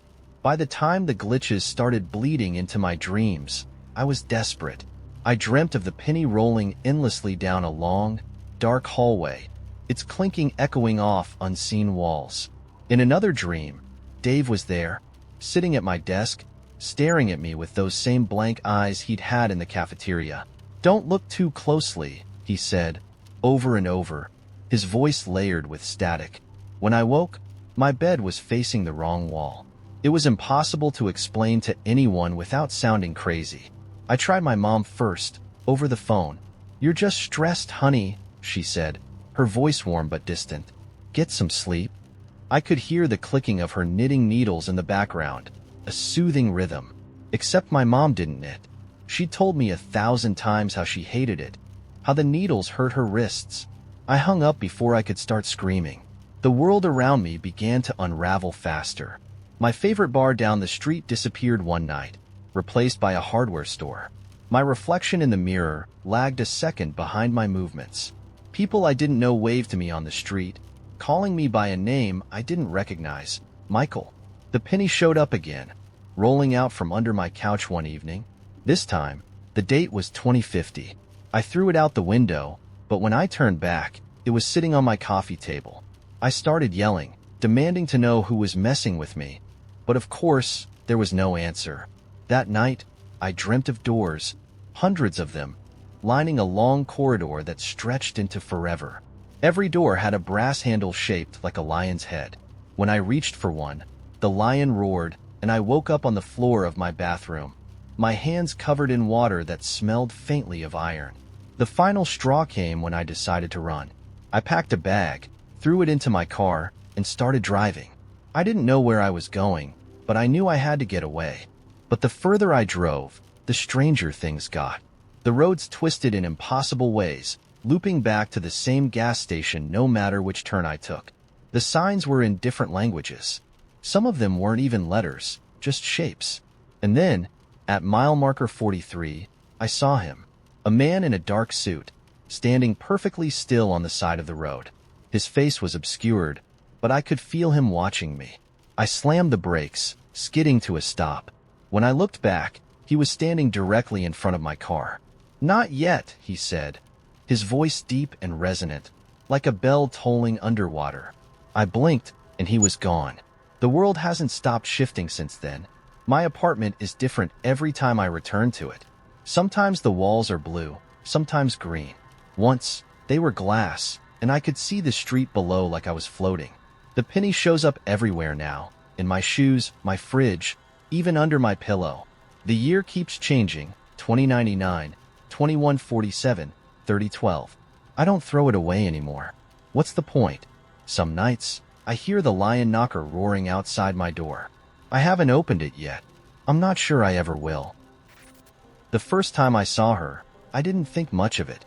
A woman standing on the edge of the woods behind my house, barely visible in the dim twilight. She was facing away from me, her pale dress blending into the fog that had settled over the trees. It wasn't unusual to see people back there. There was a trail that ran through the forest, though it wasn't heavily used. I figured she was just a hiker and went back to washing the dishes. The second time, I paid more attention. It was later in the evening, closer to midnight, and the woods were dark except for the faint light of the moon. I was sitting in the living room, idly flipping through channels, when I glanced out the window. There she was, standing in the exact same spot as before. This time, she wasn't facing the woods. She was facing my house. I froze. Something about the way she stood, perfectly still, sent a prickle of unease crawling up my spine. I told myself it was nothing. Maybe she was lost, or maybe it was just some weird coincidence. But the longer I stared at her, the more I felt like she was staring back, even though I couldn't see her face clearly. I locked the doors that night. The third time, it was raining. A heavy, relentless downpour that made the woods look like a blur of shadow and water. I was in bed, half asleep, when I heard it, a faint, rhythmic tapping at my bedroom window. My house is one story, but the bedroom faces away from the woods. There's nothing but my yard and the neighbor's fence on that side. No trees, no shrubs, no overhangs. Nothing that should have been tapping. I turned on the bedside lamp, my heart pounding as I swung my legs over the side of the bed. The tapping stopped immediately. Slowly, I walked to the window, pulling the curtain aside just enough to peek out. She was there. Her face was inches from the glass, water streaming down her pale skin. Her eyes, God, her eyes, were black and empty, like two pits carved into her face. Her lips moved as though she were whispering something, but I couldn't hear anything over the sound of the rain. My body locked up, frozen in place, until she tilted her head slightly. Her mouth stopped moving, and she pressed her palm flat against the glass. That's when I ran. I spent the night on the couch, every light in the house blazing. I didn't sleep. By the time morning rolled around, I'd convinced myself it was some kind of waking nightmare, a trick of the rain and my exhausted mind. That's what I told myself. Anyway, until I went back to my bedroom and saw the streak of water trailing down the inside of the glass. Over the next week, she became a fixture of my nights. I'd catch glimpses of her in the woods, her pale shape flickering between the trees like a ghost. Sometimes, I'd hear the faint tapping again, but by the time I worked up the nerve to look, she'd be gone. Other nights, it was worse. I'd wake up to the sound of whispers, unintelligible but somehow familiar, as if they were coming from inside my own head. The worst night was when I woke up and found her standing at the foot of my bed. I don't remember falling asleep that night. I'd barricaded the bedroom door and left the lights on, but at some point, exhaustion must have overtaken me. When I opened my eyes, the first thing I saw was her face, just inches from mine. Her mouth was moving again, forming words I couldn't hear, and her hand was on my leg, cold and wet through the blanket. I bolted upright, screaming, and she vanished. Not in the way a person would vanish, running or slipping out of sight. One moment she was there, and the next, she wasn't, as if she'd never been there at all. The next day, I packed a bag and left. I didn't even bother trying to explain it to anyone. Who would believe me? A woman from the woods is haunting me? I barely believed it myself. I checked into a motel an hour away, thinking I'd stay there until I could figure out what to do next. For the first time in weeks, I felt safe. That lasted exactly one night. The second evening at the motel, I stepped out of the bathroom and saw a puddle of water on the floor by the window. It was small, just a faint shimmer against the carpet, but I knew it wasn't there before. The curtains billowed faintly, though the window was closed. My stomach twisted as I approached, pulling the curtain aside. The glass was covered in handprints, small and smudged, as if made by wet fingers. I didn't even stay to pack. I grabbed my keys and drove until I was too tired to keep going. I ended up in another small town, renting a cabin deep in the mountains, thinking isolation might help. It didn't. The woods around the cabin were denser, darker than the ones behind my house. I tried to avoid looking at them, but at night, I could feel her out there.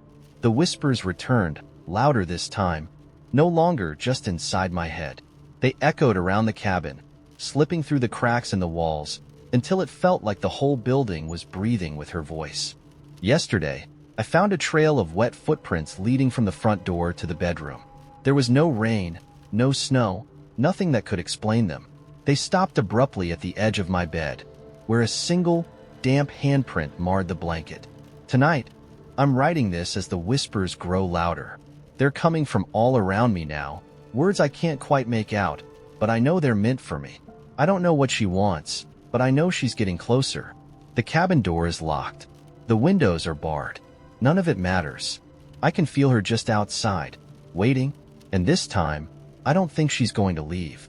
If you're reading this, don't go near the woods. Don't look too closely at what moves between the trees. And whatever you do, don't let her see you. The carnival rolled into town on the kind of night where the wind seemed to hum a tune only it could hear, carrying scents of popcorn, oil, and something faintly metallic. I had always been drawn to the peculiar energy of carnivals, the mix of laughter, neon lights, and the faint undercurrent of chaos. But this one felt different. It wasn't just the weathered paint on the rides or the faded banners advertising wonders beyond belief. It was the way people whispered about it, as if the carnival wasn't supposed to exist at all. The Ferris wheel loomed like a skeletal giant against the darkening sky, its lights flickering sporadically. I wandered through the grounds, a mix of excitement and unease settling over me. A clown on stilts waved in slow, deliberate motions, his painted smile too wide, his eyes watching me just a moment too long. A man in a top hat barked out promises of the rarest oddities on earth from behind a tattered velvet curtain. Then, I saw her. She was standing near a booth that advertised fortunes for a single coin. Her hair shimmered unnaturally in the flickering lights, and her eyes. There was something unsettling about them, as if they could see not just through me, but into me. She beckoned with a gloved hand, and before I could think better of it, I followed. The booth was cramped, the scent of incense thick and cloying. She gestured for me to sit without speaking, her hands moving fluidly, hypnotically. A deck of cards lay before her, each one depicting images that seemed to shift as I looked at them. "Choose one," she said, her voice as smooth as silk but carrying a weight that made my chest tighten. I reached out, my fingers hovering over the deck. One card seemed to pulse faintly, drawing me in. I picked it up, turning it over to reveal an image of a door. It was simple, unassuming, but the longer I stared, the more I felt as if the door was not just painted, it was waiting. Her lips curled into a smile, and for the first time, I noticed her teeth were sharp. "You've chosen wisely," she said, sliding the card into her sleeve. "Now, the door will find you." I blinked, confused. "What do you mean?" But she only laughed, a sound that echoed far too long for the small space. And when I looked up, she was gone. The booth was gone. I was standing in the middle of the carnival, the noise and lights sharper than before, as if the world had tilted slightly on its axis. I shook it off and tried to enjoy the rest of the evening, but the sense of unease lingered. Every so often, I caught glimpses of things out of the corner of my eye, a figure slipping into the shadows, a face in the crowd that seemed too pale, too still. By the time I made my way home, the night air felt heavy, pressing against my skin. The next morning, I woke to find the card on my bedside table. It hadn't been there the night before. My hands trembled as I picked it up, the image of the door now more vivid, almost three-dimensional. The edges were warm, as if the card had been lying in the sun. Against my better judgment, I kept it, tucking it into the pocket of my jacket as I went about my day. Things only got stranger from there. Everywhere I went, I saw doors. Not normal doors, but ones that didn't belong. A bright red door in the middle of an empty alley. A door made of rusted metal standing alone in a field. A black door with intricate carvings at the edge of the woods. Each time, I felt a pull, a magnetic force urging me to open them. But I didn't. Not at first. It was the third day when I couldn't resist anymore. The door was in my apartment, a sleek, wooden thing with a brass handle, standing in the corner of my living room where no door should be. It wasn't there when I left for work, but when I came home, it was waiting. My heart pounded as I approached, the air around it humming faintly. I reached out, hesitated, and then turned the handle. The world on the other side was not my own. It was vast, endless, A horizon filled with colors I couldn't name and shapes that defied logic. The air smelled of electricity and rain, and the ground beneath my feet shifted like sand, though it held firm. In the distance, figures moved, tall, elongated shapes that glided rather than walked. They didn't seem to notice me at first, but as I stepped forward, one of them turned. Its face was featureless, yet I felt its gaze pierce through me. It raised an arm, beckoning, its movements eerily familiar. My breath caught as I realized it was mimicking the fortune-teller's gesture. Against every instinct, I stepped closer. The figures surrounded me, their presence both overwhelming and oddly comforting. They spoke without words, a melody of thoughts and emotions pouring into my mind. They showed me visions of worlds beyond comprehension, of time and space folding in on themselves. They offered knowledge, power, something I couldn't quite understand but deeply craved. And then, they showed me the cost. The card was in my hand again, its image now glowing fiercely. The door behind me had vanished, and I realized with a sinking feeling that I had made my choice the moment I picked it up. The figures watched, waiting. I turned the card over, and the image on the back was my own face. The carnival never came back to town, and neither did I. I had bought an old, beat-up FM radio at a garage sale a few weeks earlier. It was the kind with a physical tuning knob that clicked into place, something charming and analog. I didn't need it. I just liked how it looked on my kitchen counter. Most of the time, it played the usual. Local news, 80s hits, the occasional static as I fiddled with the tuning. But one night, as I was making dinner, it started playing something strange. At first, it was just a faint hum, almost musical but not quite. I turned the knob, trying to clear up the signal, but the noise persisted. It grew louder, more structured, until it sounded like a voice. Except it wasn't speaking words. It was just syllables rising and falling in a pattern that was almost hypnotic. Then I realized the voice was saying my name. I froze, the knife halfway through slicing a bell pepper. "Hello?" I said aloud, feeling stupid for talking to a machine. The voice didn't respond, just kept repeating my name, the syllables stretching and bending like they were being dragged through water. I turned off the radio and unplugged it. For a long moment, I stood there in silence, staring at the darkened dial. Then, just as I was about to convince myself I'd imagined the whole thing, I heard it again. My name, faint but unmistakable, coming from the unplugged radio. That was when I decided I needed a drink. The next day, I tried to forget about it. I told myself it was some kind of audio interference, a fluke. But the radio wasn't done with me. Every time I turned it on, it played something I couldn't explain. A lullaby I vaguely remembered from my childhood, though I had no idea where I'd heard it. A series of beeps and tones that sounded like Morse code. Once, it played a recording of my own voice, me saying, "I don't remember this," over and over again, though I had no memory of ever speaking those words. Then the other glitches started. I'd leave a room and come back to find objects out of place. My coffee mug would be on the table when I was sure I'd left it in the sink. My keys would vanish from the counter and reappear in the freezer. I woke up one morning to find my bedroom mirror tilted at an angle I couldn't have reached without a ladder. The worst part was the feeling, deep in my gut, that I was being watched. It wasn't the kind of paranoia you could shake off by checking the locks or closing the curtains. It was an invasive, persistent awareness, like eyes pressing against the back of my skull. I started hearing the voice outside the radio, faint whispers in the dead of night. My name, always my name. Sometimes it would slip in other words, fragments I couldn't quite make out. Other times, it would hum that same eerie lullaby. Sleep became impossible. I was tired, frayed, teetering on the edge of something I couldn't name. Then the radio spoke clearly for the first time. It was 3 a.m. I had given up on sleep and was sitting in the living room, staring at the darkened TV. The radio sat on the counter, silent and unplugged, but suddenly, its dial lit up, casting a faint green glow. "Come home." The voice was low and flat, like it had been stripped of emotion. My stomach churned. "This is my home," I whispered, though I wasn't sure who I was talking to. "Come home." The voice repeated. Then the light on the dial began to pulse, faster and faster. until it filled the room with a blinding green flash. When my vision cleared, I wasn't in my living room anymore. I was in a hallway.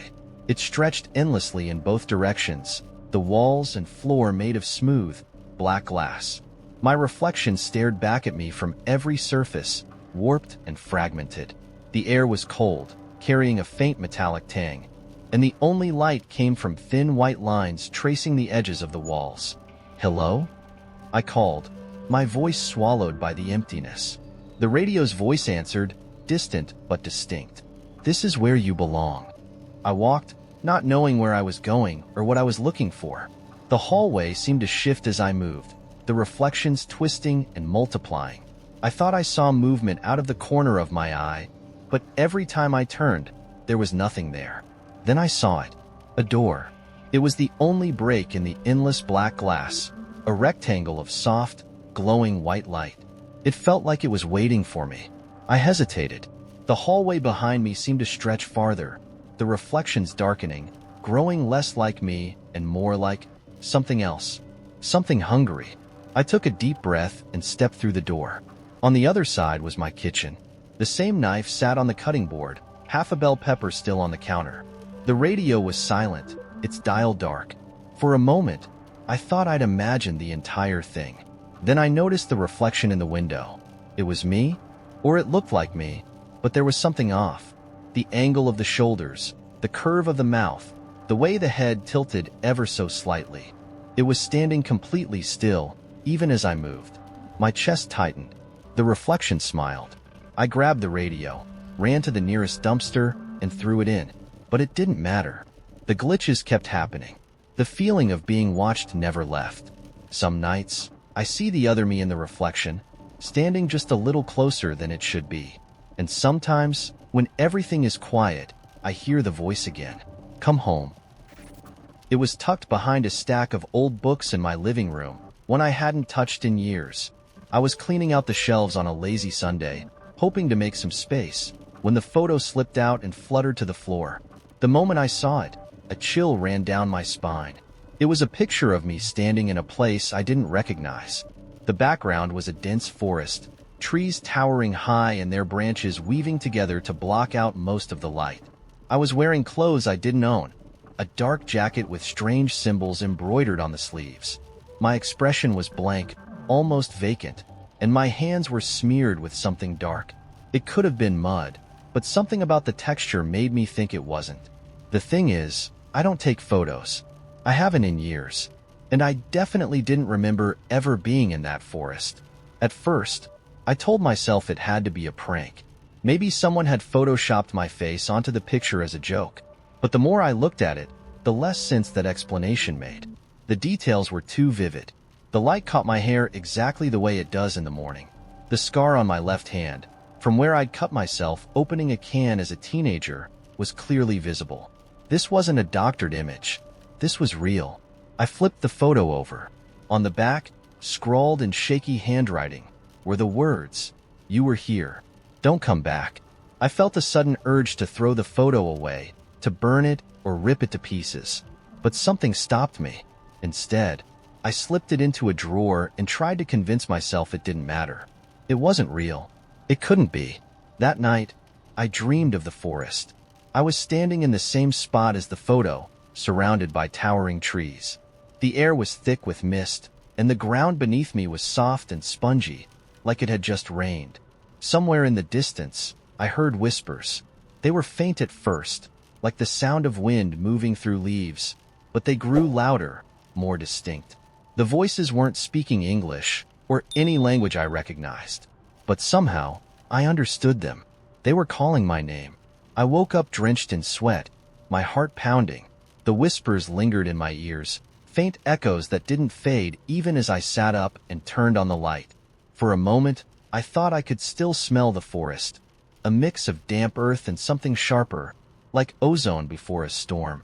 The next morning, I told myself it was just a bad dream, brought on by the unsettling photo. I almost convinced myself too, until I found dirt under my fingernails. The kind of dirt that clings to you after you've been digging in wet ground. The photo didn't stay in the drawer. By the time I got home from work that evening, it was sitting on my coffee table, face up. I lived alone. The locks hadn't been tampered with, and nothing else in the apartment was disturbed. Just the photo, sitting there as if waiting for me. I stared at it for what felt like hours, trying to figure out what to do. Eventually, I shoved it back in the drawer and locked it. Over the next few days, the dreams got worse. Every night, I found myself back in that forest. The whispers grew louder, more insistent.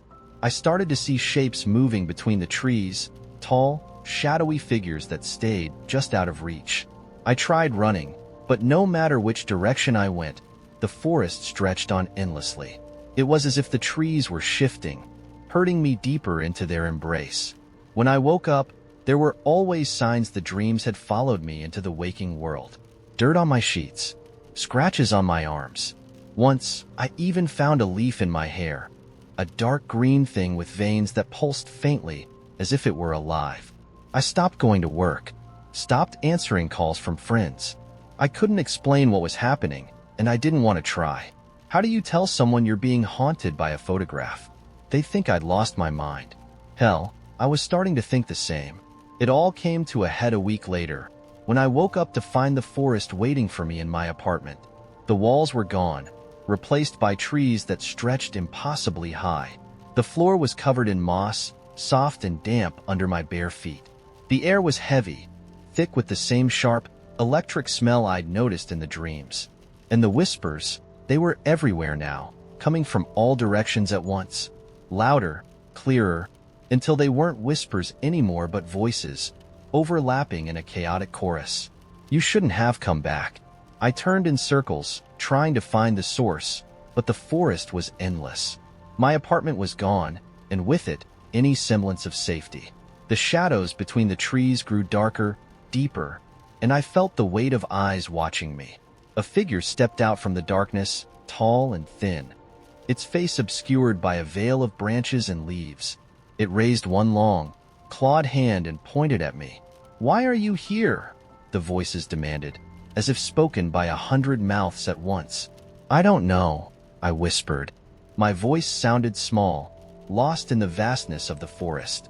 The figure tilted its head, as if considering my answer. Then it stepped closer, and I saw what was behind the veil. It wasn't a face, not really. Just a hollow void, dark and endless, with something writhing deep inside it. "You left once," the voices said. "You shouldn't have come back." "I don't," my voice cracked. "I don't remember being here." "Not yet," they replied. "But you will." The figure reached out, its clawed fingers brushing against my chest. The moment it touched me, a flood of memories slammed into my mind. Faces I didn't recognize, places I'd never been, and the forest. Always the forest. Digging, running, screaming. I remembered burying something, or maybe someone, and I remembered what came after. The darkness, the voices, the promise I made, the promise I broke. When I woke up, I was back in my apartment, the photo clutched in my hands. Only now, the image had changed. It wasn't me standing in the forest anymore. It was the figure, its hollow face staring straight at the camera, and on the back, in that same shaky handwriting, was a new message. "You shouldn't have left. The forest hasn't appeared again. Not yet. But the photo is always where I can see it, no matter how many times I try to hide it. And every night, I hear the whispers growing louder. They're waiting for me. I don't know how much longer I can hold them off." I'd been on a work trip, the kind where every second was scheduled and no one asked if you wanted to be there. The final meeting ran long, and by the time I got to the station, the train I'd planned to take home was a blur of taillights disappearing into the distance. The next train wouldn't arrive for 2 hours, so I settled into a bench at the station, flipping through emails on my phone. That's when I noticed the man sitting across from me. He looked mid-30s, with sharp features and dark hair. His clothes were neat, but there was something off. Maybe the way his eyes didn't seem to blink enough, or the faint smirk that never left his lips. "Missed the train?" he asked after a moment, his voice low and casual. I nodded, offering a polite smile. He nodded back, as though we'd just shared some universal truth about the human condition. Unlucky timing. You'd think they'd run more frequently, but no one cares about the stragglers. I laughed awkwardly. It wasn't an unusual observation, but something about the way he said it unsettled me. I decided to keep my head down, focus on my phone. A minute passed, then two.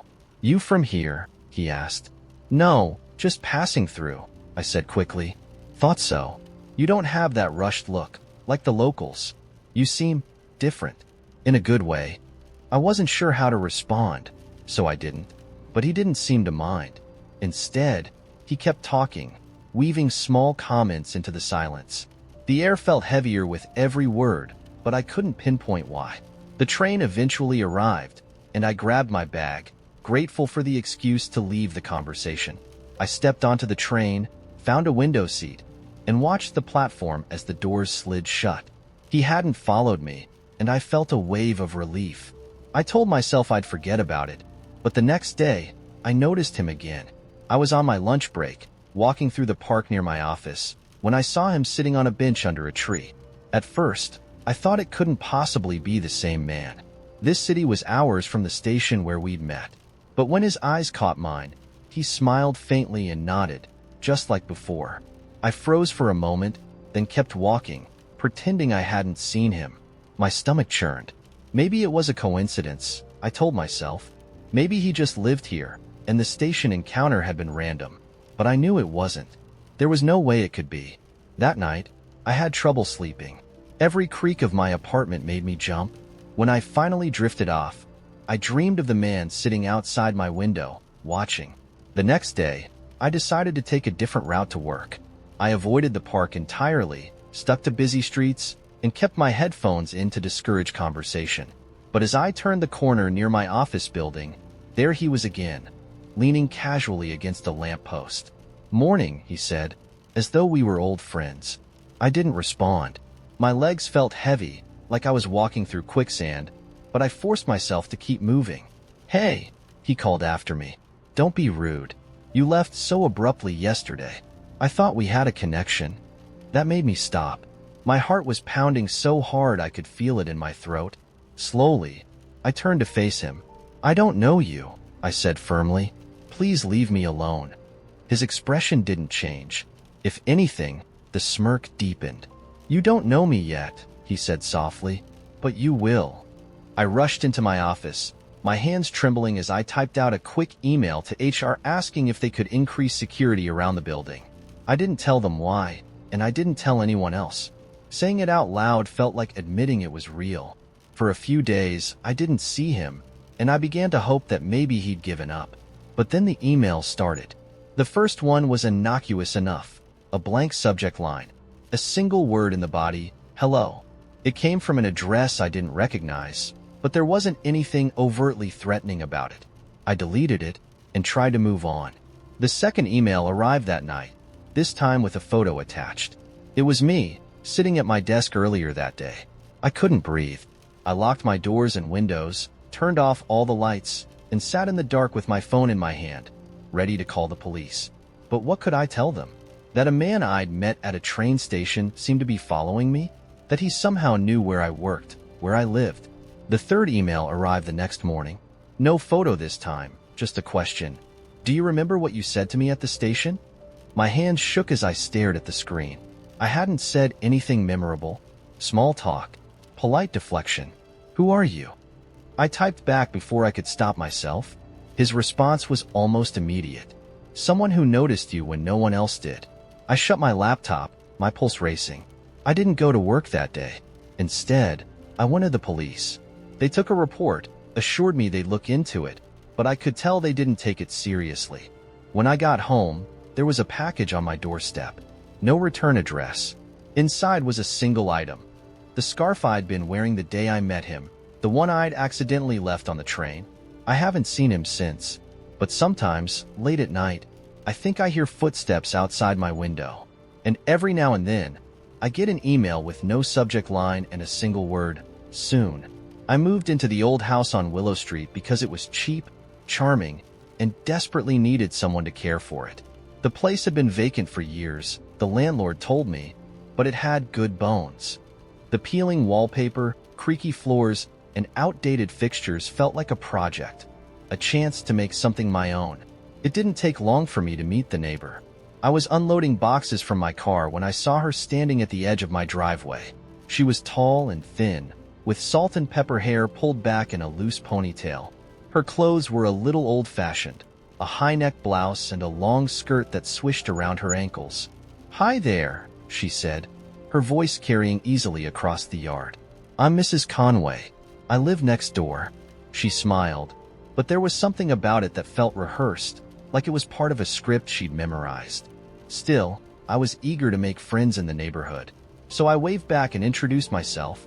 "You've got a lot of work ahead of you," she said, nodding toward the house. "But I'm glad someone finally moved in. It's good to have life there again." Her words struck me as odd, but I brushed it off. Old houses could feel lifeless. She probably meant it like that. Over the next few weeks, Mrs. Conway became a fixture in my life. She'd stop by unannounced with little things: fresh-baked cookies, a potted plant for my windowsill, a set of antique tea towels she said belonged with the house. At first, I appreciated the attention. It was nice having someone so friendly nearby, someone who genuinely seemed interested in helping me settle in. But then the comments started. "Did you sleep all right last night?" she asked one morning as I was retrieving the mail. I frowned. "Yeah, why?" She tilted her head slightly, her eyes narrowing just enough to unsettle me. "Oh, no reason. Just, you seemed restless." I didn't know how to respond, so I laughed awkwardly and made an excuse to leave. But later that night, as I lay in bed, I found myself staring at the window, wondering how she could have known anything about my night. The next week, I came home late from work to find Mrs. Conway sitting on my porch swing, her hands folded neatly in her lap. She wasn't wearing a coat, even though it was freezing outside. "You scared me," I said, clutching my keys tightly. "What are you doing here?" She looked up at me, her face serene. "I thought you might want some company. It gets lonely in there, doesn't it?" The way she said it made my skin crawl. "Mrs. Conway," I said carefully, "I appreciate your kindness, but you can't just—" She held up a hand to stop me, and for the first time, I noticed how bony her fingers were. The skin stretched thin and pale over the knuckles. "You'll understand soon," she said, her tone calm but final. Then she stood up and walked back to her house without another word. That night, I heard footsteps in the attic. I told myself it was just the house settling, old wood creaking as the temperature dropped. But the sound didn't fade. It grew louder, heavier, like someone pacing back and forth. The next morning, I went up to check. The attic was empty, just dusty boxes and a few cobwebs. But as I turned to leave, I noticed something on the floor, a single, muddy footprint that hadn't been there before. I called a locksmith and had the locks changed. I stopped answering the door when Mrs. Conway knocked and avoided her as much as I could. But no matter how hard I tried to distance myself, she was always there, sweeping her porch, trimming her hedges, or standing at her window, watching me with that same strange smile. Then the letters started. I found the first one tucked under my windshield wiper. The paper was yellowed and brittle, the handwriting elegant but unfamiliar. It was addressed to someone named Elizabeth and talked about the house in terms that made my chest tighten. "You've done well to keep it alive," it read. "It's hungry again. You'll need to feed it soon." I threw the letter away, but another one appeared the next day, and the next. Finally, I couldn't take it anymore. I marched over to Mrs. Conway's house and banged on the door. She opened it almost immediately, as though she'd been expecting me. "You need to stop," I snapped. "The letters, the comments, it's not funny. I don't know what kind of game you're playing, but it ends now." Her expression didn't change. "I warned you," she said simply. "Warned me about what?" She didn't answer. Instead, she reached into her pocket and pulled out a small, tarnished key. She pressed it into my hand and closed my fingers around it. "When it's time," she said, "you'll know what to do." I stormed back to my house, furious, and threw the key into a drawer. But that night, the footsteps came again, louder this time, accompanied by a low, rhythmic creaking, like the sound of a rocking chair. I didn't sleep. When dawn broke, I went back to the attic, determined to find the source of the noise. I searched every corner, ran my hands over the walls, the floorboards, the beams. That's when I found the trapdoor. It was small, barely big enough for a person to fit through, and hidden under a pile of old linens. My heart pounded as I pulled it open, revealing a dark, narrow staircase leading down. The smell that wafted up was damp and earthy, like soil after a rainstorm. I didn't want to go down, but something compelled me. Maybe it was curiosity, or maybe it was the faint, whispering sound that seemed to echo up the stairs, calling my name. At the bottom was a small, windowless room. In the center stood a chair, old and splintered, with ropes coiled neatly around its arms. On the walls were names, dozens of them, carved into the wood in jagged, uneven letters. My stomach turned when I saw the last name on the list. It was mine. Behind me, the trapdoor slammed shut. And then, I heard the footsteps again. But this time, they weren't above me. They were coming down the stairs. The first time I noticed the yellow door was the night I moved into my new apartment. I was lugging a box of books down the hallway when I saw it at the far end of the corridor, slightly ajar. It wasn't remarkable at first glance, painted a dull mustard color with a tarnished brass knob, but something about it made me stop in my tracks. It was the only door on the floor that didn't match the others, which were all standard issue white with silver hardware. I remember squinting at the door, wondering if I'd ever seen it when I toured the building. I couldn't recall, but I shrugged it off. Maybe it led to a maintenance closet or some forgotten utility room. I was too exhausted to care. The apartment itself was fine, if a bit uninspired. Small, clean, and cheaply renovated. The kind of place that came pre-equipped with those beige carpets that hide stains and a kitchen with cabinets that felt like they'd disintegrate if you slammed them too hard. It was mine, though, and for the first time in years, I had a space all to myself. The first night passed uneventfully. I unpacked until my back ached, ordered pizza, and crashed on the couch surrounded by half-unpacked boxes. It wasn't until the second night that the door started to bother me. I was lying in bed, scrolling mindlessly through my phone, when I heard it. A faint creak, like a hinge turning slowly. I froze, the glow of my screen illuminating the ceiling. I stayed still, listening, but the sound didn't repeat. Still, I couldn't shake the image of that door at the end of the hallway. I hadn't seen anyone go in or out since I moved in. Did it even lead to another apartment? The next morning, curiosity got the better of me. On my way out, I walked down to the door. It was closed now, but the paint looked even worse up close, cracked and peeling, as if it hadn't been touched in years. I tried the knob, but it didn't budge. No nameplate, no keyhole, just that awful yellow paint and an unsettling sense that I shouldn't linger. The first real scare happened a week later. I was coming home late after drinks with a friend when I saw it. The yellow door was wide open. The hallway was dimly lit, and I could only see a few feet past the doorway. It was dark inside, and the air around it felt wrong. Cold, almost damp, like standing next to a freezer left ajar. I told myself to keep walking. It wasn't my problem, but as I passed, I swear I heard something. A faint shuffling noise, like footsteps retreating into the shadows. My stomach churned. I hurried inside my apartment, locking the door behind me. That night, I slept with the lights on. Things started escalating after that. Sometimes, late at night, I'd hear something heavy being dragged down the hallway. Other times, it was a low, rhythmic knocking, like someone was banging their fist against the yellow door from the inside. Each time I opened my door to check, the hallway was empty. The door would always be closed. Once, I worked up the nerve to ask my neighbor about it. She was a quiet woman in her 60s who lived 2 doors down. When I mentioned the yellow door, her face changed immediately. She stiffened, her hand tightening on the grocery bag she was carrying. "Don't talk about that door," she said, her voice barely above a whisper. "Why not?" I pressed. She glanced up and down the hallway, as if expecting someone, or something, to be listening. "It's best if you just ignore it. People who don't, they don't stay long." That was the end of our conversation. She turned and hurried into her apartment, leaving me standing there, more unnerved than ever. That night, I woke up to the sound of my front door rattling. The knob jiggled once, twice, then stopped. My heart was pounding so hard I thought it might burst. I grabbed the baseball bat I kept by my bed and crept toward the door, but when I peeked through the peephole, the hallway was empty. The only thing out of place was the yellow door. It was open again, just a crack this time, and I could feel the cold air seeping out from the dark space beyond. I decided I couldn't take it anymore. The next morning, I went to the building manager to complain. He was a harried-looking man with deep lines around his eyes, the kind of person who had been dealing with tenant problems for decades. When I mentioned the yellow door, he stopped typing on his computer and looked at me.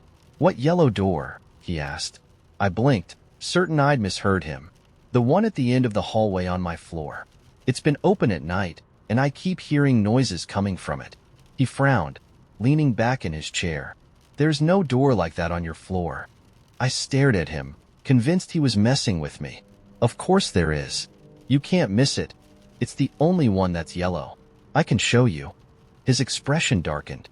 "Miss, I've worked here for 15 years. If there was a yellow door, I'd know about it." I didn't say anything else. There was no point. He clearly wasn't going to help. But when I walked back into my building, my stomach dropped. The door was gone. I stood at the end of the hallway, staring at the blank stretch of wall where it had been. There was no sign it had ever been there. No outline, no scratches, not even a faint discoloration. Just smooth, unbroken drywall. I wanted to believe that was the end of it. But last night, I woke up to a familiar sound. The creak of a hinge turning slowly. My heart sank. I lay frozen in bed, unable to breathe. It wasn't coming from the hallway this time. It was coming from the closet. The door was open just a crack, and beyond it, I could see a sliver of yellow. The first time I saw the woman in the yellow coat, I thought nothing of it. It was early fall, the kind of crisp day that makes you breathe a little deeper and linger outside a little longer.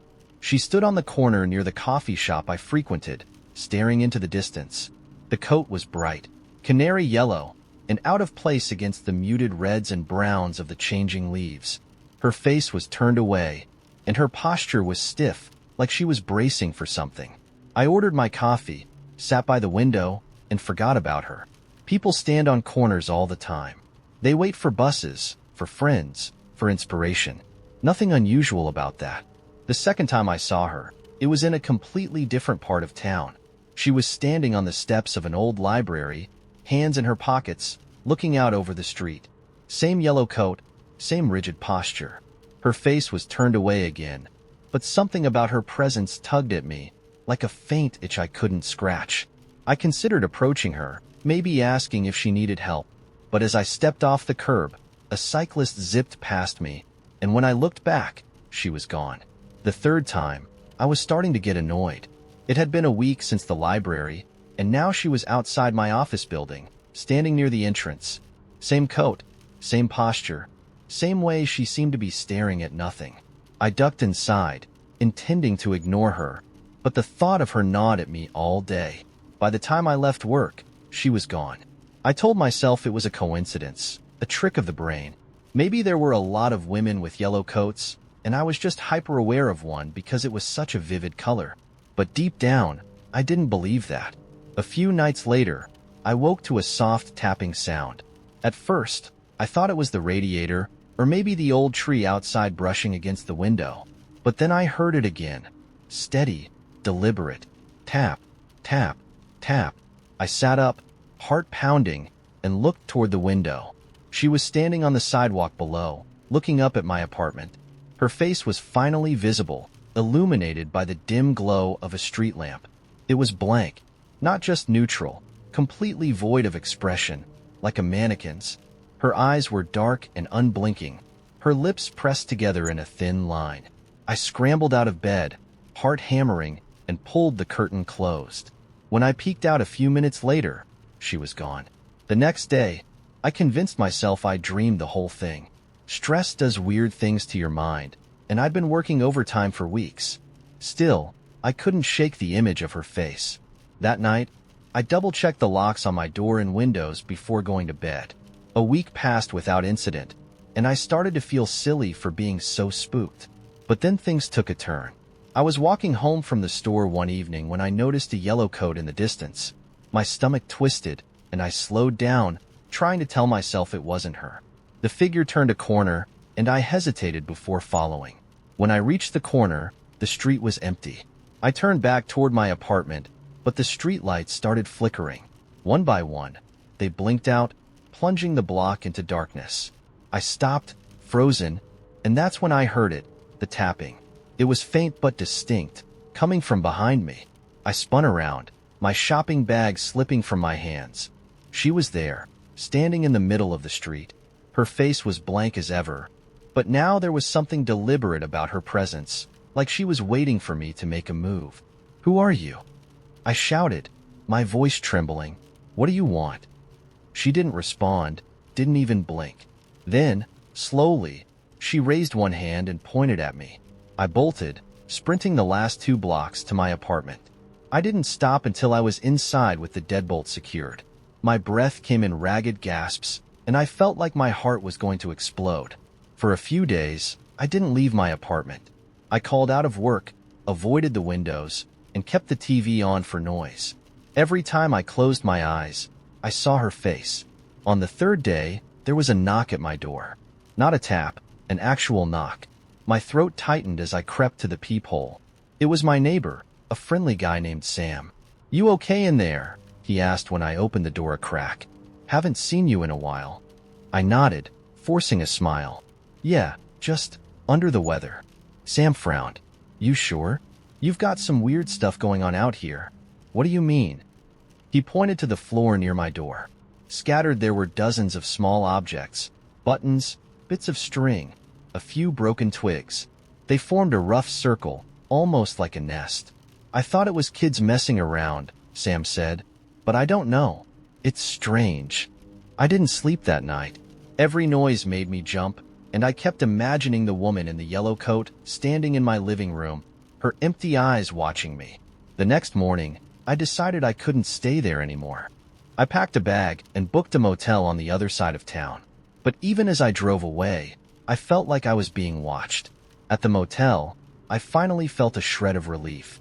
The room was bland but comforting in its anonymity. I took a long shower, trying to scrub away the unease that clung to me. When I stepped out, the bathroom mirror was fogged over. My stomach dropped as I saw a single word written in the condensation. Soon. I didn't wait to see what would happen next. I grabbed my bag and left without checking out. As I drove aimlessly through the city, my phone buzzed with a notification. It was a photo, a picture of me, taken from behind. I was standing in front of my apartment building, staring at the street. The sender was an unknown number, and the message was blank. I threw the phone into the back seat and kept driving. No matter where I go, I can't shake the feeling that she's still out there, waiting for me to stop running, waiting for the moment I finally look away. At first, they seemed like the sort of harmless reminders I might have written to myself: buy milk, call Sarah, clean the bathroom, but I hadn't written them. The handwriting wasn't mine. It was neater, more precise, and every time I found one, it was in a spot I couldn't explain. One was taped to the underside of my coffee table. Another was stuck to the back of my bathroom mirror. The first few notes didn't bother me too much. I figured I must have left them there ages ago and just forgotten about it. But then they started getting personal. "Don't go to work today." I found that one on the fridge one morning, written in the same tidy script. I ignored it. The day turned out normal enough until lunchtime, when a scaffolding collapse outside my office building injured a delivery driver who would have been standing exactly where I usually went to get coffee. The next note appeared 2 days later. It was on my pillow when I came home from work. "He's lying to you." I didn't know what that meant or who it was talking about. My boyfriend? My boss? The man who sold me that overpriced toaster last week? I couldn't make sense of it, but I couldn't stop thinking about it either. The notes started appearing more often after that, each one more unsettling than the last. "Don't answer the door after 8 p.m. You'll hear it again at 3:12 a.m. Stay in bed. It's not safe to look under the sink." That last one made me pause. I checked under the sink, despite the warning. Nothing unusual, just cleaning supplies and a bag of old sponges. But when I closed the cabinet door, I swear I heard something shift inside, like the faint scrape of metal against metal. A week later, the notes escalated. They started mentioning things I'd never told anyone. "She knows about the night in the forest." That one stopped me cold. I hadn't thought about the forest in years. It happened when I was 17. A group of friends and I had snuck into the woods late at night, laughing and drunk. We'd been stupid, daring each other to walk deeper into the trees, until we found the clearing. I still don't know how to describe it. There was something wrong about it. The air felt heavier, colder, and the longer we stood there, the more it felt like we were being watched. I never told anyone what I saw that night. Not my friends, not my family, no one. But whoever, or whatever, was writing the notes knew. Then came the worst one yet. Check the closet at exactly midnight. I almost didn't do it, but as the clock neared midnight, my curiosity, or maybe my fear, got the better of me. I sat on my bed, staring at the closet door. At 11:59, the air in the room shifted. It was subtle at first, just a faint hum, like the sound of a distant refrigerator. But by midnight, it was deafening, vibrating through my bones. I stood up, hands shaking, and opened the closet door. It was empty, except for one thing. A sticky note, slapped onto the back wall. You shouldn't have done that. From that night on, the notes changed. They weren't warnings anymore. They were taunts. You're not alone. It's inside now. You can't stop it. I tried staying at a friend's house for a while, hoping it would help, but the notes followed me there too. The first night, I found one on the inside of my laptop. Nice try. I tried getting rid of the sticky notes entirely. I burned them, shredded them, even flushed one down the toilet. But no matter what I did, more appeared. Then came the note that broke me. You wrote this. I stared at it for hours. It didn't make sense. The handwriting wasn't mine. I couldn't remember ever writing a single one of them. But the longer I stared, the more familiar the script looked. That night, I set up a camera in my bedroom, determined to catch whoever, or whatever, was leaving the notes. I hid it well, angling it so it would capture the desk where most of the notes seemed to appear. Then I went to bed, heart pounding. When I woke up, there was a new note on the desk. You shouldn't have done that. My hands trembled as I retrieved the camera. I rewound the footage, dreading what I might see. But what I found was worse than anything I could have imagined. The camera showed me walking into the room, sitting at the desk, and writing the note myself. My face was blank, expressionless, as if I were sleepwalking. I didn't remember doing it. I didn't want to believe it. I still don't. The notes haven't stopped. They're everywhere now. Inside my car, my locker at work, even the pocket of a jacket I hadn't worn in years. And they're getting darker. Last night's note read, "You know what you have to do." I don't know what it means. I don't want to know. But I can't ignore the sinking feeling in my gut. The one that tells me this has only just begun. I was scrolling through job postings late one night, my fingers sticky with Dorito dust, my eyes bleary from hours of rejection emails.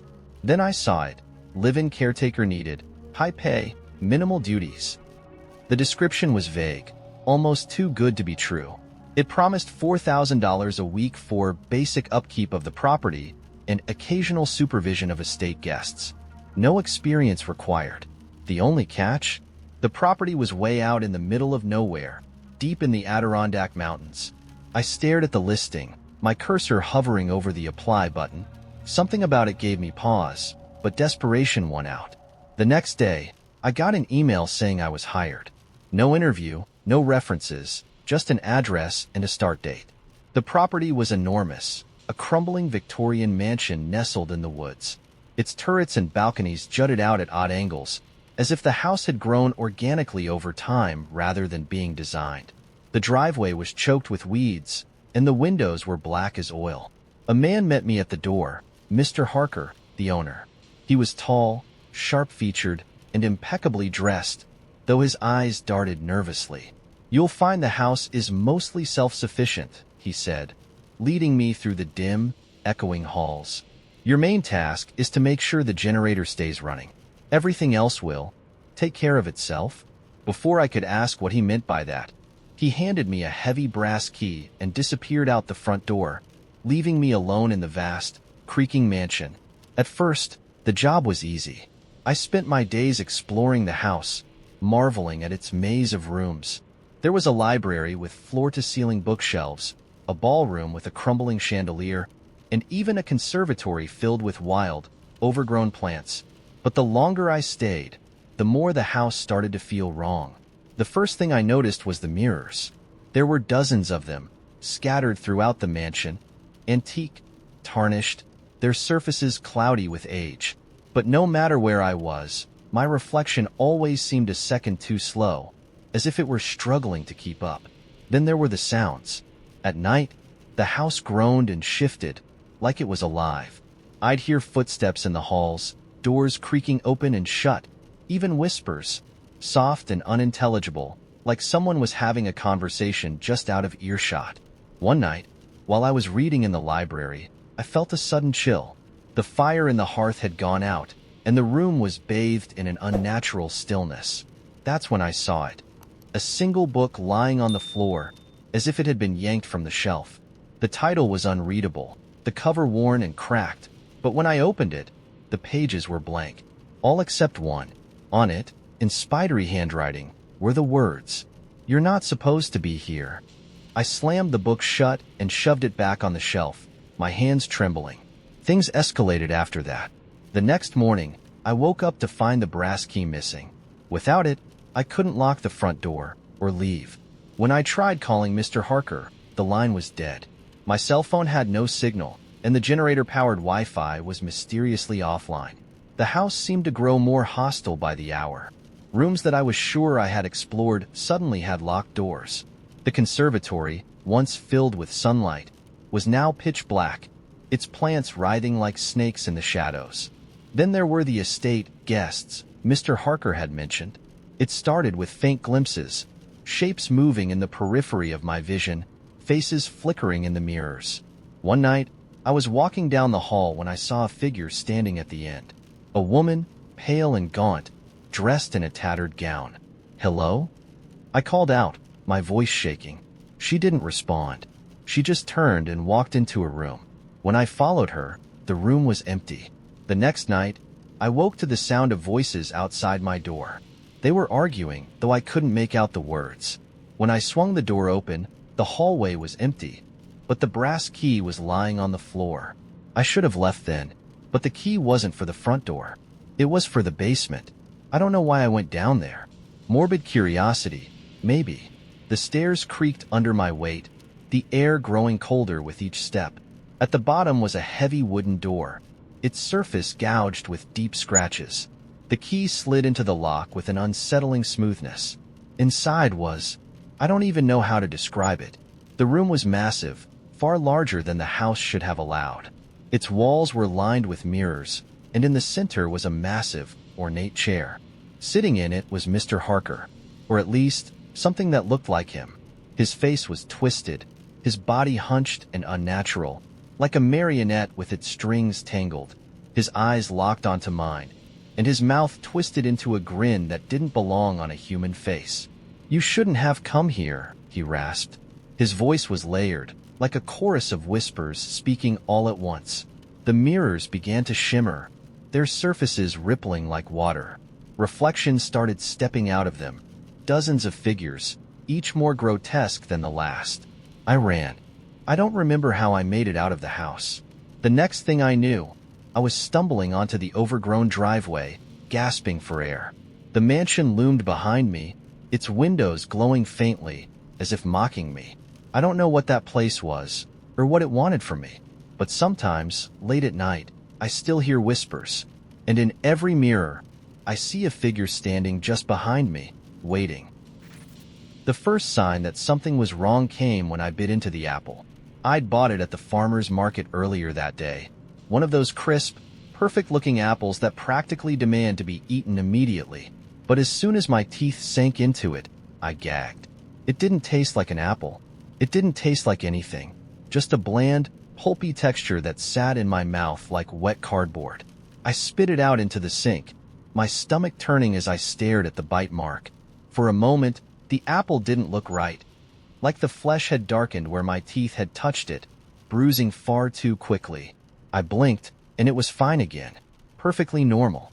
Maybe I was just tired. But the taste thing didn't go away. Over the next few days, everything I ate turned to flavorless mush the second it hit my tongue. Coffee tasted like warm dirt water. Chocolate, my favorite guilty pleasure, was just waxy bitterness. I went to a doctor, who told me it was probably some weird side effect of a sinus infection I didn't even know I had. I didn't feel sick, but I accepted the antibiotics anyway. What else could I do? Then it wasn't just food. The shower water felt wrong, like it wasn't wet. It dribbled over my skin like oil, leaving me feeling sticky no matter how much soap I used. I started to notice other little things.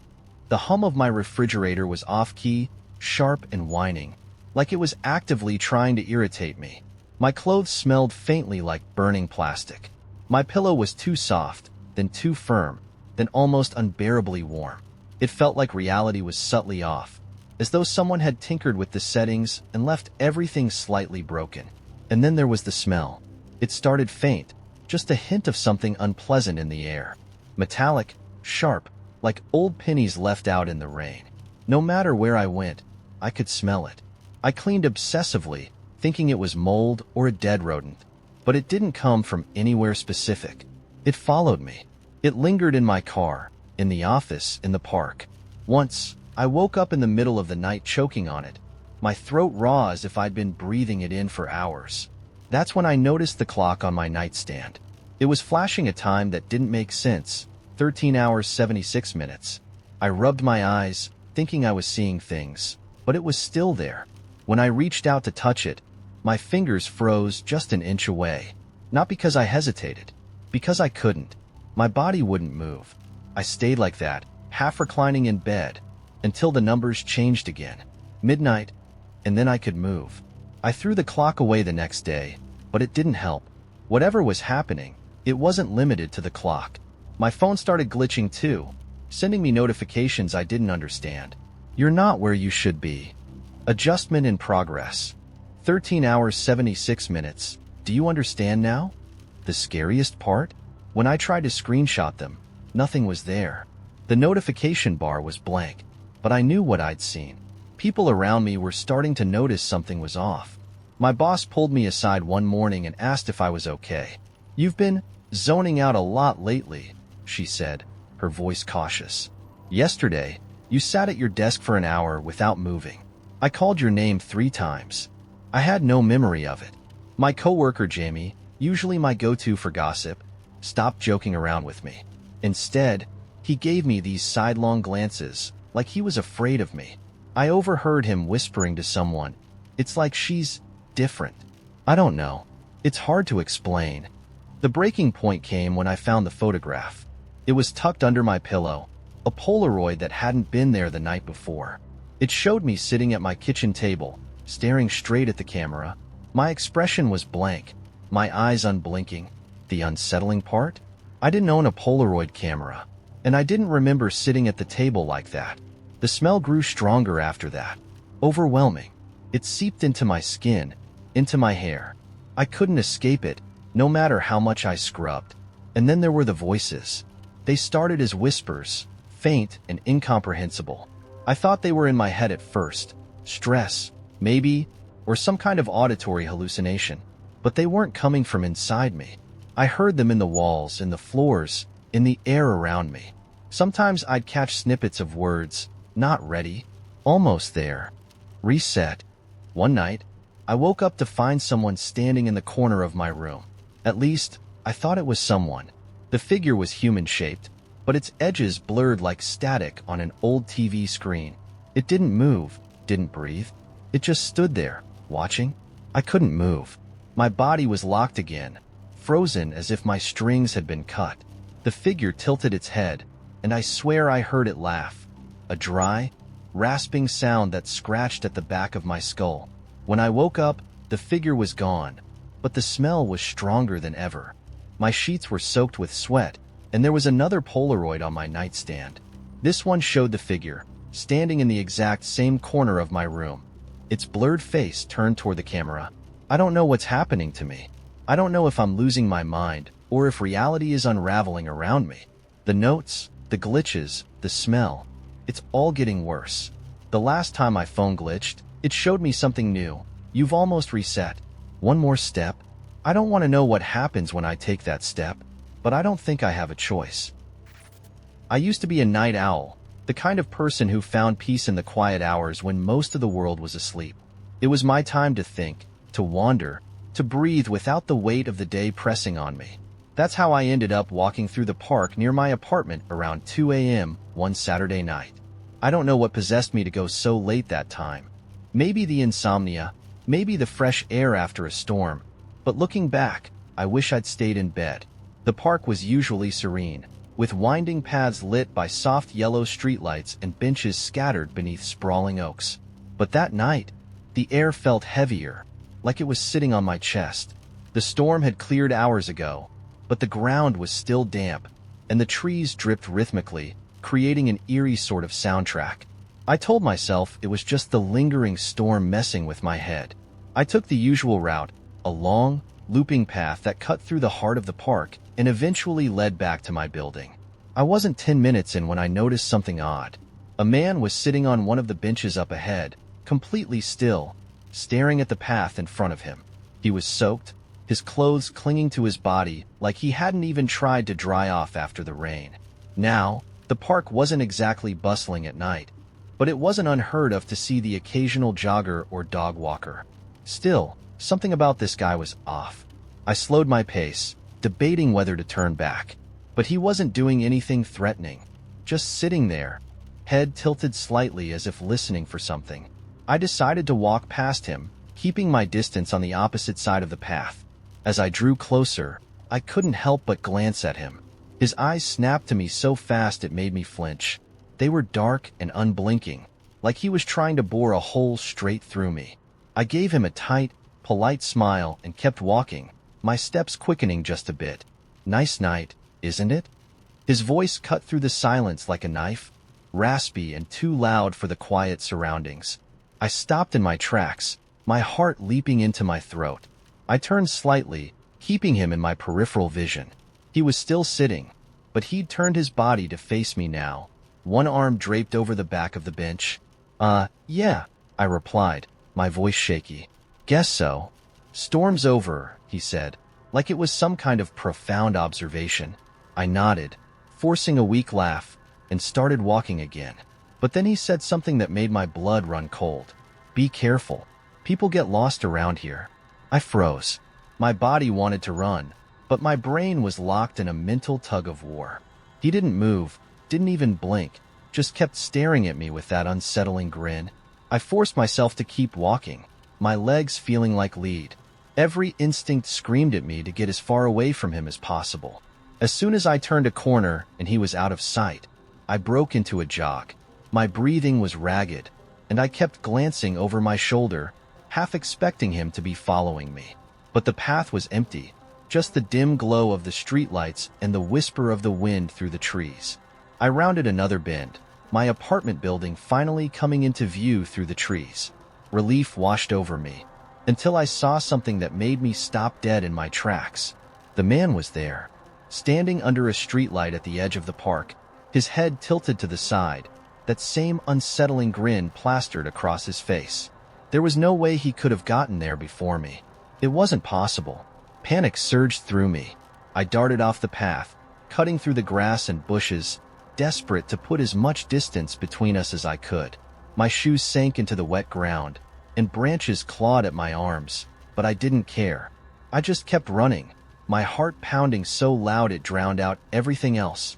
When I finally burst out of the park and onto the street, I didn't stop until I was inside my building, the heavy metal door slamming shut behind me. My hands were shaking so bad it took 3 tries to get the key into the lock of my apartment. Once inside, I double-locked the door and collapsed against it, trying to catch my breath. For a long time, I just sat there, staring at the door, waiting for the sound of footsteps or a knock. But nothing came. Eventually, I worked up the courage to peek out the window. The street was empty. No sign of him. I didn't sleep that night, or for several nights after. I avoided the park entirely, even during the day. But the worst part came a week later, when I overheard a conversation at the coffee shop down the street. 2 women were talking about a jogger who'd gone missing in the park last Saturday. They found her phone and one of her shoes near a bench, but no other trace of her. The police were still searching.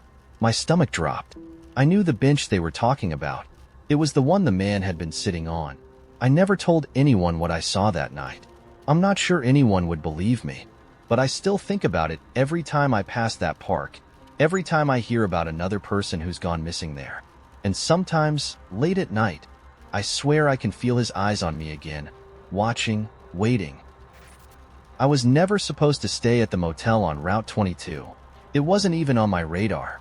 But when my car broke down in the middle of nowhere, with no cell service and a storm rolling in, the flickering neon sign that read, "The Pines Motel," was my only option.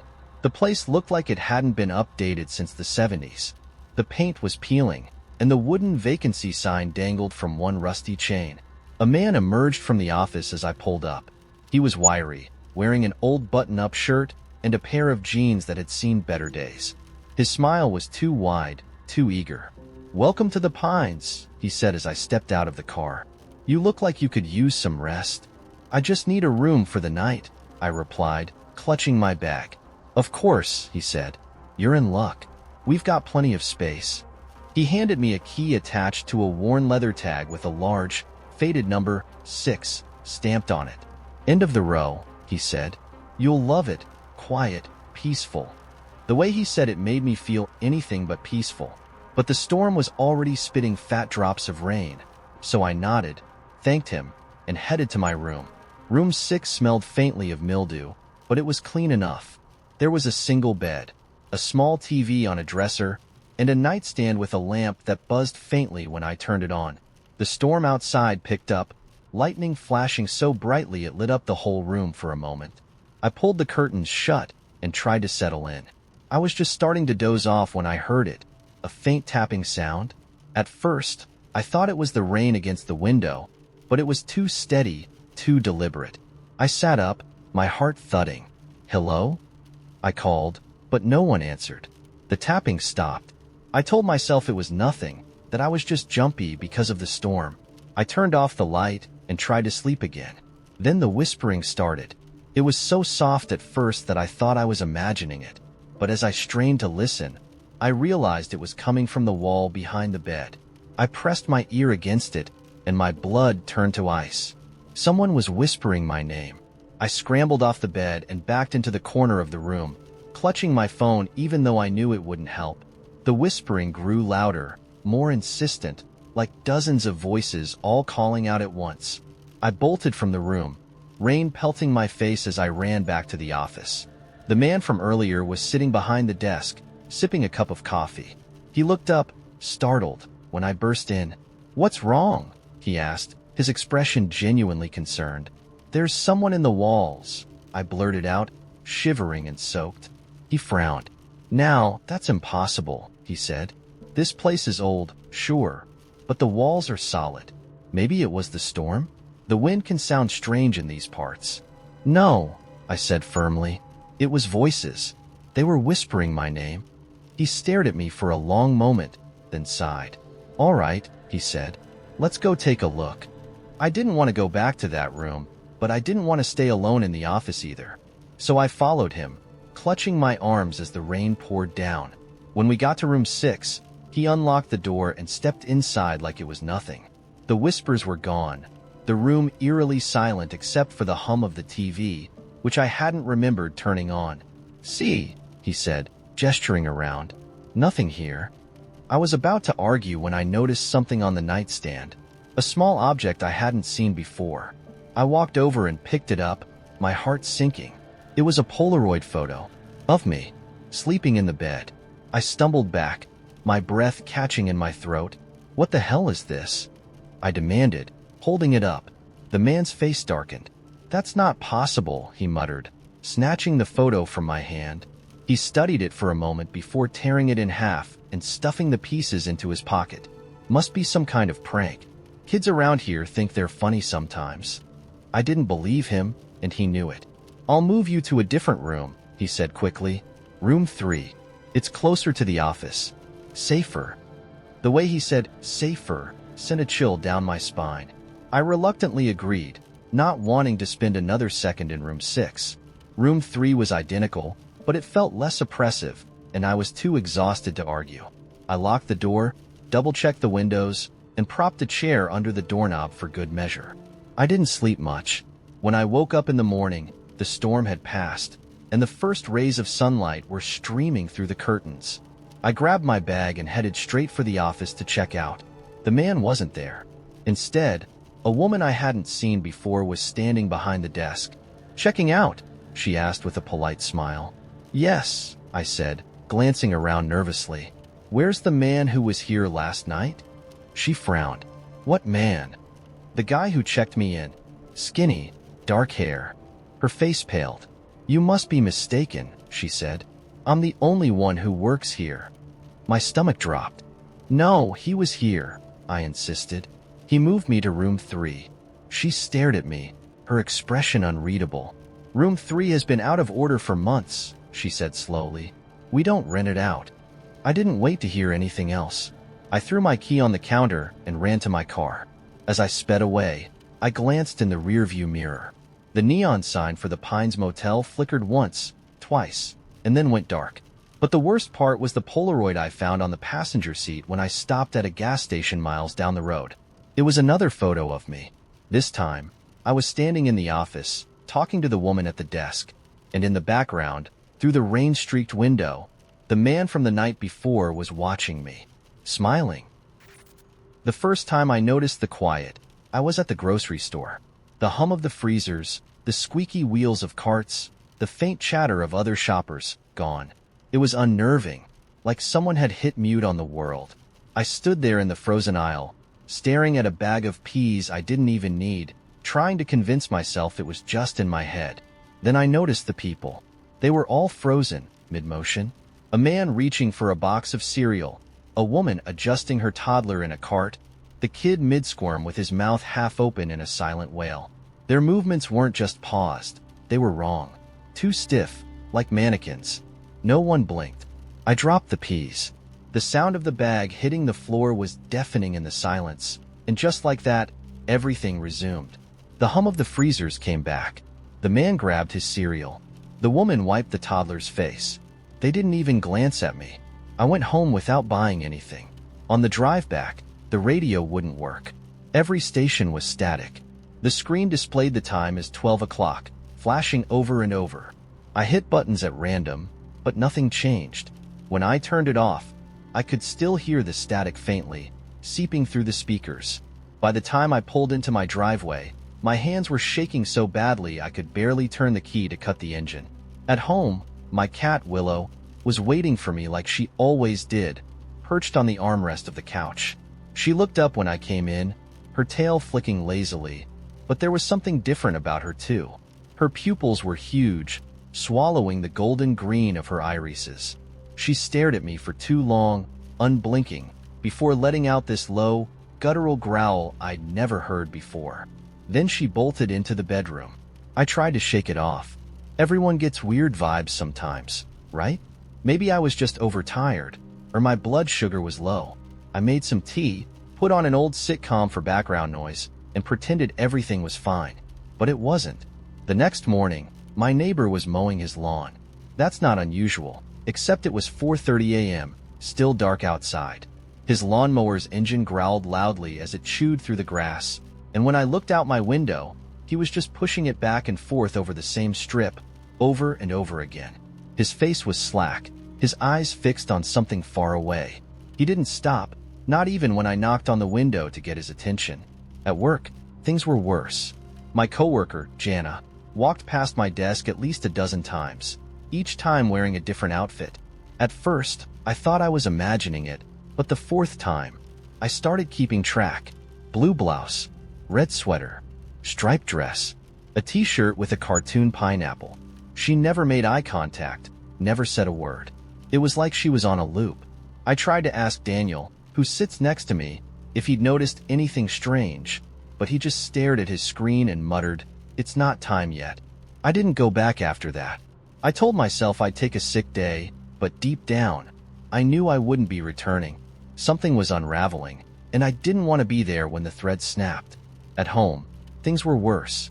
Willow wouldn't come near me. She'd crouch in the corner of the room, her ears flat against her head, hissing if I got too close. My phone wouldn't stop buzzing with notifications, but when I checked, there were no messages, no missed calls, nothing. Just the time flashing, 12 o'clock. The walls of my apartment began to shift. At first, it was subtle, a corner that seemed sharper than it should be, or a shadow that didn't match the light source. Then it got more obvious. One morning, my bedroom door was gone. In its place was a blank wall, smooth and unbroken. I spent an hour running my hands over it, looking for seams or hinges, but there was nothing. I slept on the couch that night, or at least I tried to. Around 3 a.m., I heard footsteps. Not the usual creaks and groans of an old building, but deliberate, heavy footsteps pacing back and forth. They came from the bedroom, the one with no door. I froze, clutching the blanket to my chest, and didn't move until the sun came up. The next day, I decided to leave. Just pack a bag and go, no destination in mind. But when I stepped outside, the street was different. The houses were still there, but their colors were muted, as if someone had turned down the saturation. The trees swayed even though there was no wind, and the sky was a flat, featureless gray. My car was gone. In its place was a bicycle I'd never seen before, leaning against the curb. I walked. I didn't know where I was going, but I couldn't stay. As I moved through the neighborhood, the silence pressed in around me. There were no birds, no cars, no distant hum of life. Just the sound of my footsteps on the pavement. Occasionally, I'd see someone in a window, watching me. Their faces were blank, featureless, like smudges of paint. When I tried to look directly at them, they vanished. Eventually, I found myself at the grocery store. I don't even remember walking there. It looked the same as it had the first day this all started, but inside, the shelves were empty, the lights flickered, and the air smelled faintly of rot. I wandered the aisles, my breath coming in shallow gasps, until I saw her. Jana. She was standing at the far end of the aisle, wearing that cartoon pineapple t-shirt. Her back was to me, but I knew it was her. Jana. I called, my voice cracking. She didn't move. I took a step closer. What's happening? Do you know what's happening? She turned. Her face wasn't hers. It wasn't even human. Her mouth was too wide, her eyes too large, and her skin glistened like wet clay. She opened her mouth, and a sound like static filled the air, sharp and grating. The shelves began to shake, cans and boxes tumbling to the floor. I ran. Out the door, down the street, back to my apartment. But when I got there, it wasn't my apartment anymore. The walls were taller, the windows narrower, and the door was painted red. Inside, everything was wrong. My furniture was gone, replaced by strange, misshapen lumps of material that pulsed faintly, like they were alive. I'm writing this now, sitting on the floor of whatever this place has become. The walls are closing in. The air tastes metallic. Outside, the sky is turning black, and I can hear the footsteps again. If you find this, don't look for me. Don't come here. There's nothing left. When I first moved into the house, I didn't even notice it. The previous owner had warned me the place needed a little love, which was putting it lightly. The house was old, the kind that groans at night and has a basement you avoid out of principle. But it was cheap, and I was desperate to escape my shoebox apartment. The wallpaper was a pale, faded floral pattern that covered the entire hallway on the second floor. I assumed it had been there for decades, forgotten and untouched. It didn't bother me at first. It was just wallpaper. Ugly, yes, but harmless. Then, one night, I saw something strange. I was heading to bed, my phone flashlight guiding me because I hadn't fixed the overhead light yet. As the light swept across the hallway, I thought I saw a shape in the wallpaper. Just for a second, a smudge or shadow, darker than the flowers around it. I stopped and ran the light back over the spot. It was nothing, just my tired eyes playing tricks on me. But the next day, I noticed it again, this time in daylight. A faint shape, almost like an outline, near the baseboard. It reminded me of a face, though warped and distorted, like a reflection in a cracked mirror. I knelt down for a closer look.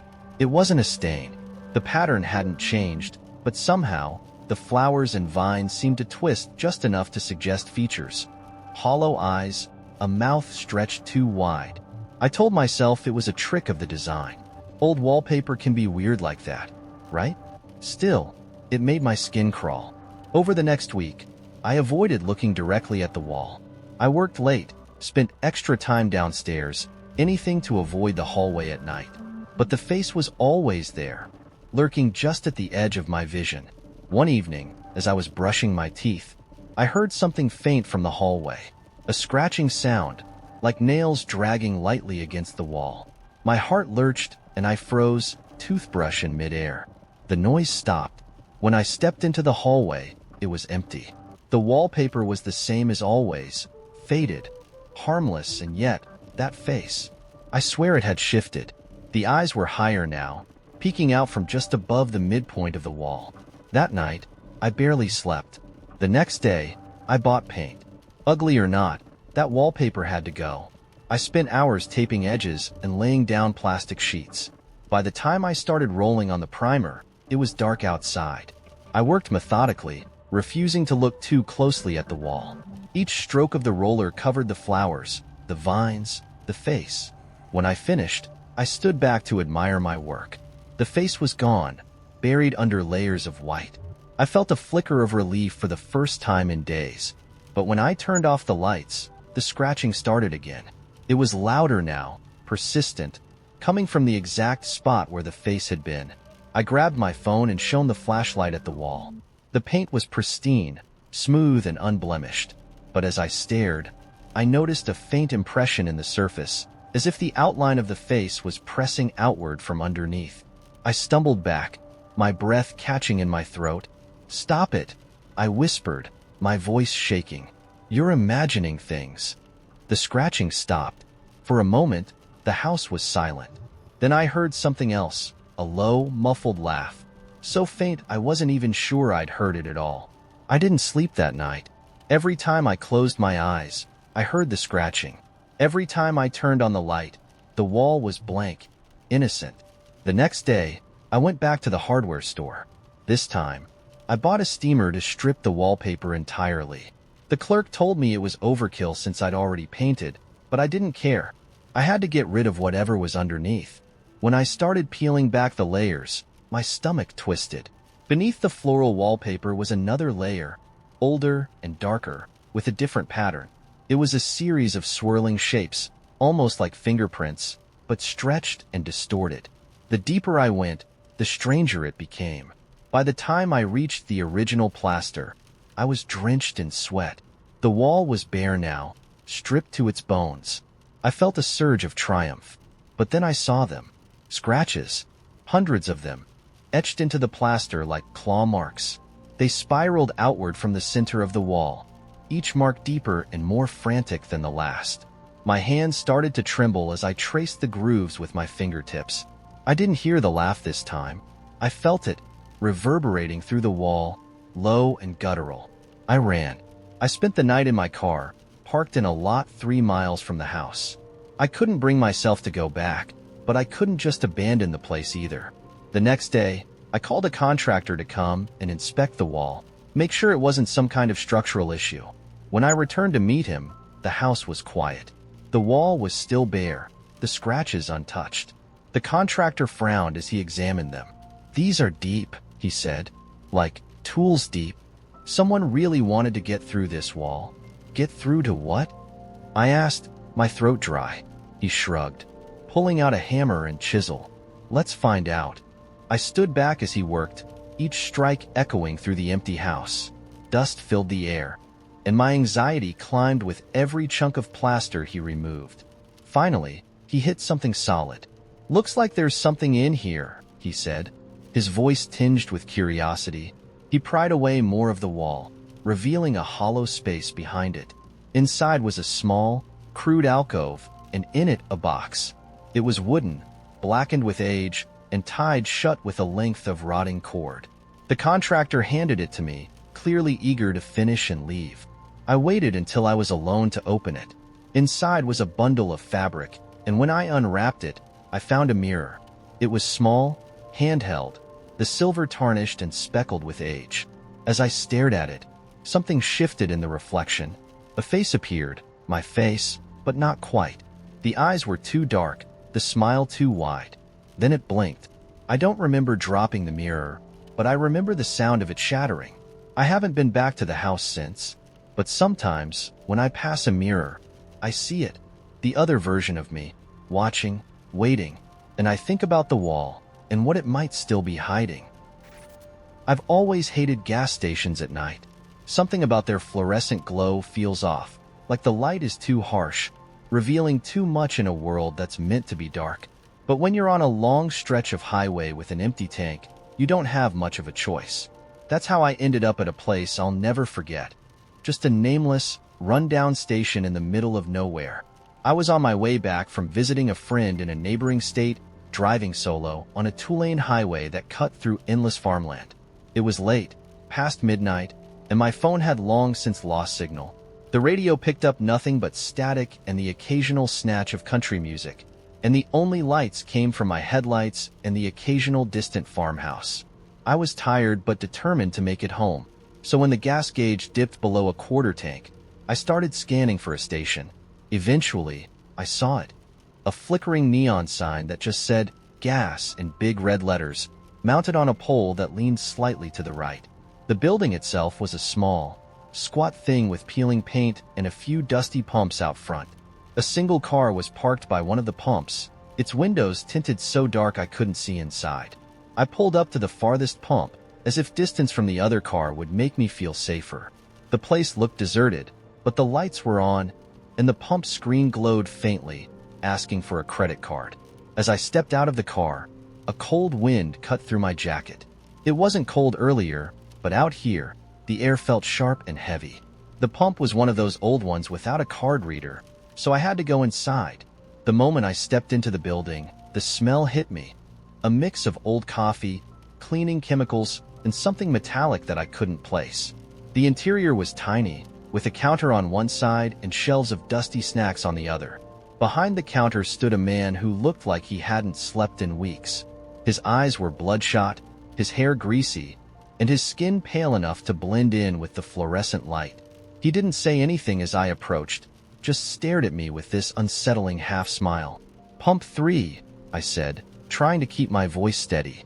He nodded, punched something into an ancient register, and handed me a receipt without a word. His fingers brushed mine as he handed it over, and they were ice cold. I tried to shake off the weird feeling and hurried back outside. The car that had been parked by the other pump was gone, which I found strange because I hadn't heard it leave. The highway was so quiet that the sound of an engine should have carried. I filled up my tank as quickly as I could, constantly glancing over my shoulder at the dark fields surrounding the station. The wind had picked up, and it made the tall grass sway like something was moving through it. As I replaced the nozzle and got back into my car, I saw it. A figure, standing at the edge of the station's lights, just barely visible in the darkness. At first, I thought it was a person, a man, maybe just standing there, watching. But as I squinted to get a better look, something about the shape was wrong. The limbs were too long, the head tilted at an unnatural angle. It didn't move, but I could feel its attention, like it was boring into me. I slammed the door shut and locked it, fumbling to start the car. As the engine roared to life, the figure took a step forward, and that's when I realized. It wasn't stepping, it was gliding, like its feet weren't touching the ground. I threw the car into drive and peeled out of the station, my tires kicking up gravel as I sped down the highway. I didn't look back. I couldn't. But as I drove, I kept catching glimpses of something in my rearview mirror. Just a flicker of movement, like a shadow darting in and out of the headlight's reach. The highway stretched on forever, and the night seemed darker than before, the stars swallowed up by a moonless sky. I told myself I was imagining things. I was tired, freaked out, and my mind was playing tricks on me. But then the radio turned on by itself. The static was deafening, and it sent a jolt of panic through me. I reached out to turn it off, but the knob didn't work. The static changed, warping into a distorted voice, speaking in a language I didn't recognize. It wasn't words so much as sounds, guttural and deep, like something from the bottom of the ocean. The voice grew louder, filling the car, and I swear I could feel it vibrating in my chest. I yanked the wheel to the side of the road, skidding to a stop. The moment the car stopped moving, the radio went silent. The engine died, and so did the headlights, plunging me into darkness. I sat there, gripping the wheel so hard my knuckles ached, too afraid to move. The only sound was my own breathing, ragged and shallow. Then I heard it, tapping. Slow, deliberate, coming from the back window. I couldn't bring myself to look. Every instinct screamed at me to stay still, to pretend I wasn't there. But the tapping grew louder, more insistent. It moved to the side window, then the windshield. Tap, tap, tap, summoning every ounce of courage I had. I glanced at the windshield. For a moment, there was nothing, just the reflection of my pale, terrified face staring back at me. But then, in the corner of the glass, something moved. A hand, long, skeletal fingers, tapping the glass with blackened nails. I screamed and turned the key in the ignition, praying the car would start. The engine sputtered once, twice, and then roared to life. The headlights flickered on, and for a split second, they illuminated the thing standing in front of my car. It was tall, impossibly tall, with hollow eyes that glowed faintly in the dark. Its mouth hung open, too wide, revealing rows of jagged teeth. I slammed on the gas, the car lurching forward. The thing didn't move. It just stood there, watching as I sped away. The tapping didn't stop until I was miles down the road, and when I finally dared to glance in the rearview mirror, the highway was empty. I didn't stop driving until I reached the next town. The gas station clerk there must have thought I was insane, babbling about shadows and voices, but I didn't care. I just needed to see another human face, to feel grounded in reality again. I haven't taken that highway since, and I never will. Sometimes, late at night, I'll hear tapping at my window, 3 slow, deliberate taps, but when I look, there's never anything there. Nothing except the faint outline of a handprint, smeared across the glass. It happened in the summer of 2019, during what should have been a peaceful camping trip in the mountains. I was with 3 of my closest friends, Chris, Jake, and Mia, people I trusted completely, which made what happened all the more surreal. We'd planned this getaway to escape the grind of our day jobs, just 4 city kids looking to reconnect with nature for a weekend. None of us had any idea we'd walk away from that trip haunted. We chose a spot deep in the woods, far from the usual tourist trails. Chris had scouted the location months prior. A clearing near a small lake, surrounded by towering pines and a view of the mountains that could take your breath away. The first night was perfect. We built a fire, shared stories, and laughed until the stars came out. It was exactly what we needed. But by the second night, things started to feel off. It began with the noises. Around midnight, as we sat by the fire roasting marshmallows, we heard a sound coming from the woods. It was faint at first, almost like a distant hum, but then it grew louder. It wasn't animal-like, no rustling leaves or snapping branches. It was rhythmic, like chanting, low and guttural. We all froze, exchanging nervous glances. "Probably just the wind," Chris said, trying to sound casual. But none of us bought it. The sound didn't ebb or flow like the wind. It had a cadence, like a voice. Jake, always the skeptic, stood up. "I'm gonna check it out," he said, grabbing a flashlight. "Relax, it's probably campers messing around. Or a serial killer luring us into the woods," Mia quipped, her voice shaky despite the humor. She was trying to diffuse the tension, but it wasn't working. Jake disappeared into the trees, his flashlight bobbing like a firefly in the darkness. The rest of us waited, huddled around the fire. The chanting stopped abruptly, leaving an eerie silence in its wake. Then came a blood-curdling scream. Mia shot to her feet, her marshmallow stick clattering to the ground. "Jake!" she yelled, her voice cracking. Chris grabbed his own flashlight. "Stay here," he ordered, already moving toward the sound. I didn't listen. There was no way I was staying alone at the campsite. Mia and I followed him, all 3 of us crashing through the underbrush, calling Jake's name. We found him a few minutes later, standing stock-still in the middle of a small clearing. His flashlight was on the ground at his feet, the beam pointing at a twisted pile of sticks and stones arranged in a crude spiral. He was muttering something under his breath, his voice barely above a whisper. "Jake, what the hell?" Chris asked, shaking his shoulder. Jake didn't respond. He just kept staring at the spiral, his lips moving rapidly. Mia knelt down and grabbed his flashlight, shining it on his face. His eyes were wide and glassy, his pupils blown out like he'd seen something unimaginable. "Jake, talk to me," Mia pleaded, her voice trembling. Finally, he blinked, snapping out of whatever trance he'd been in. "We need to leave," he said, his voice hoarse. "Now." Chris frowned. "What are you talking about? What did you see?" Jake just shook his head, refusing to elaborate. He bent down, grabbed his flashlight, and started walking back to camp without another word. We didn't press him. Something about the look in his eyes told me we didn't want to know.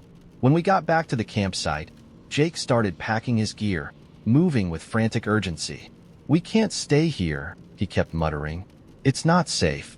Chris, ever the rational one, tried to calm him down. "Jake, you're freaking out over nothing. It's just some sticks. Probably kids messing around." "It's not just sticks," Jake snapped, his voice breaking. He looked at each of us in turn, his face pale and drawn. "You didn't hear it. It wasn't chanting.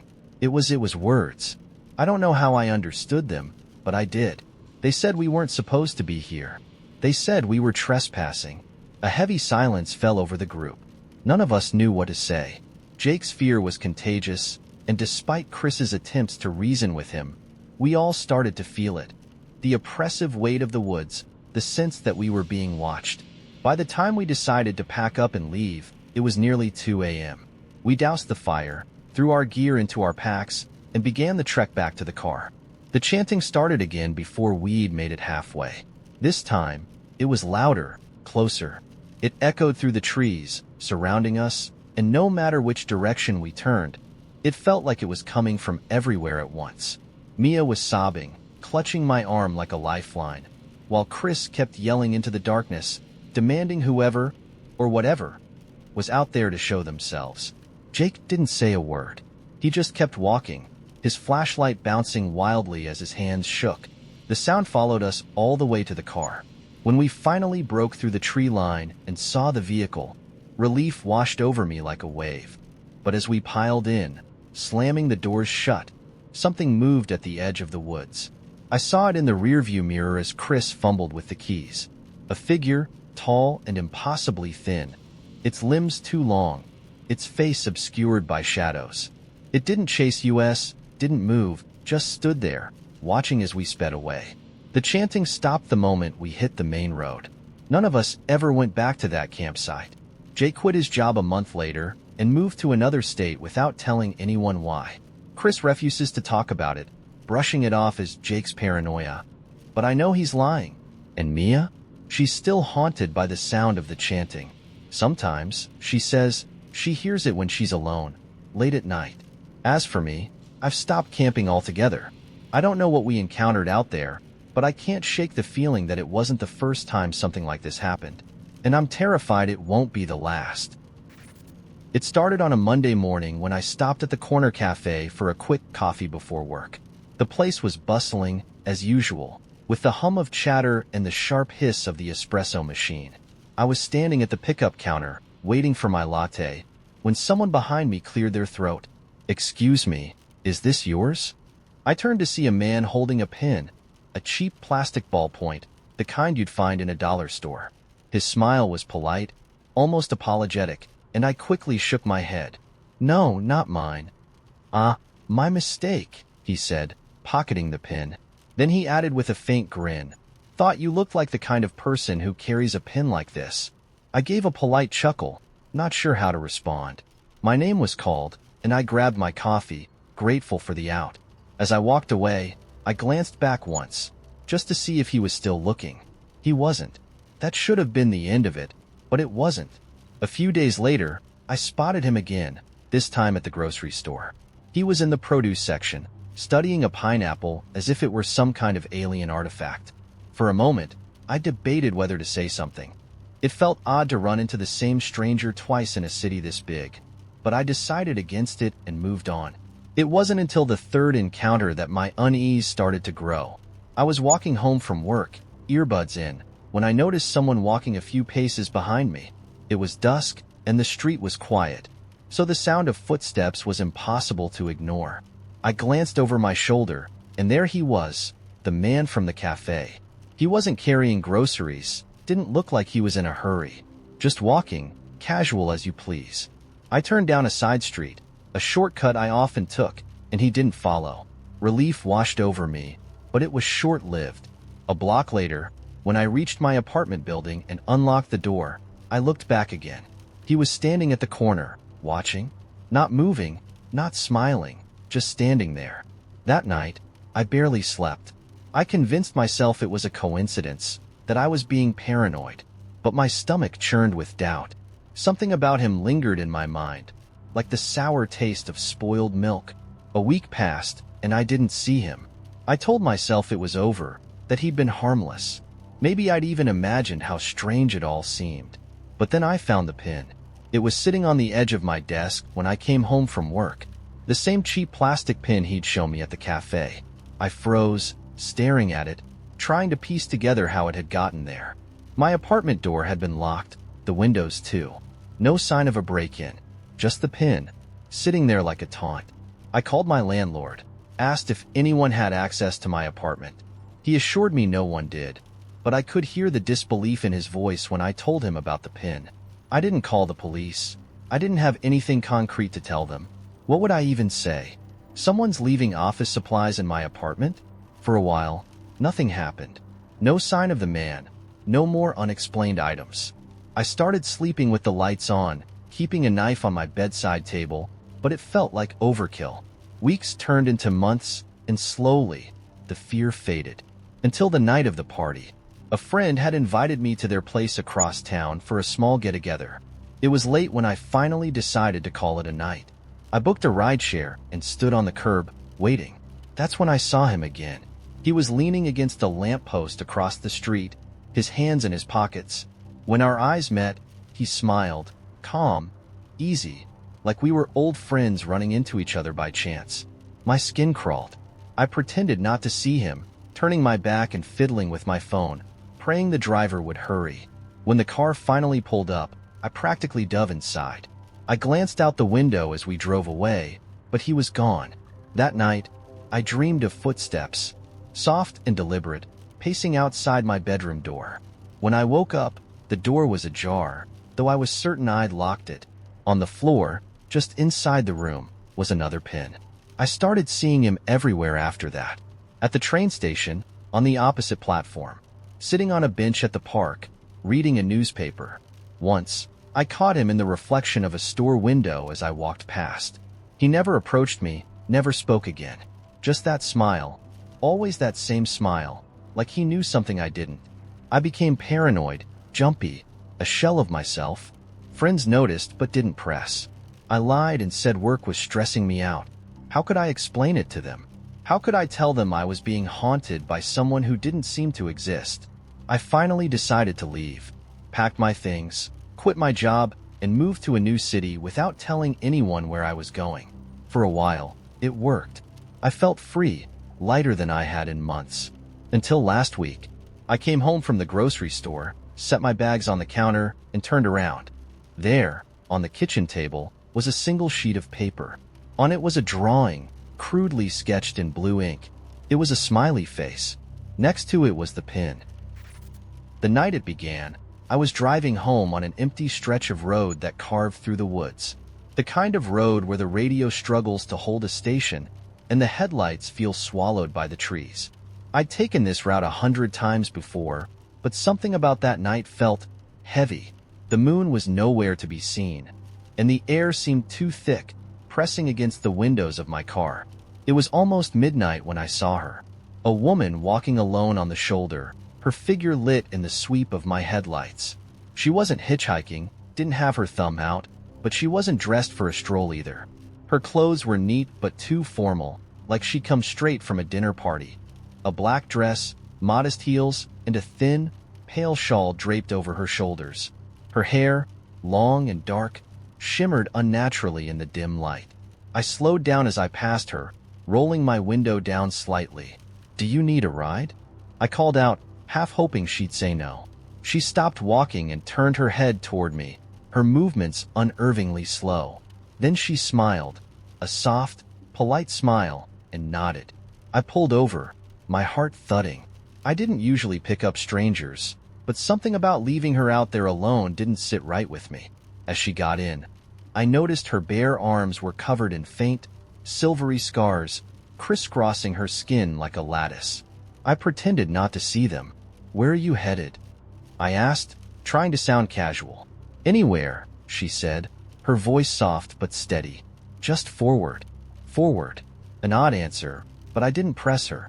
The car was quiet as I pulled back onto the road, except for the faint hum of the engine.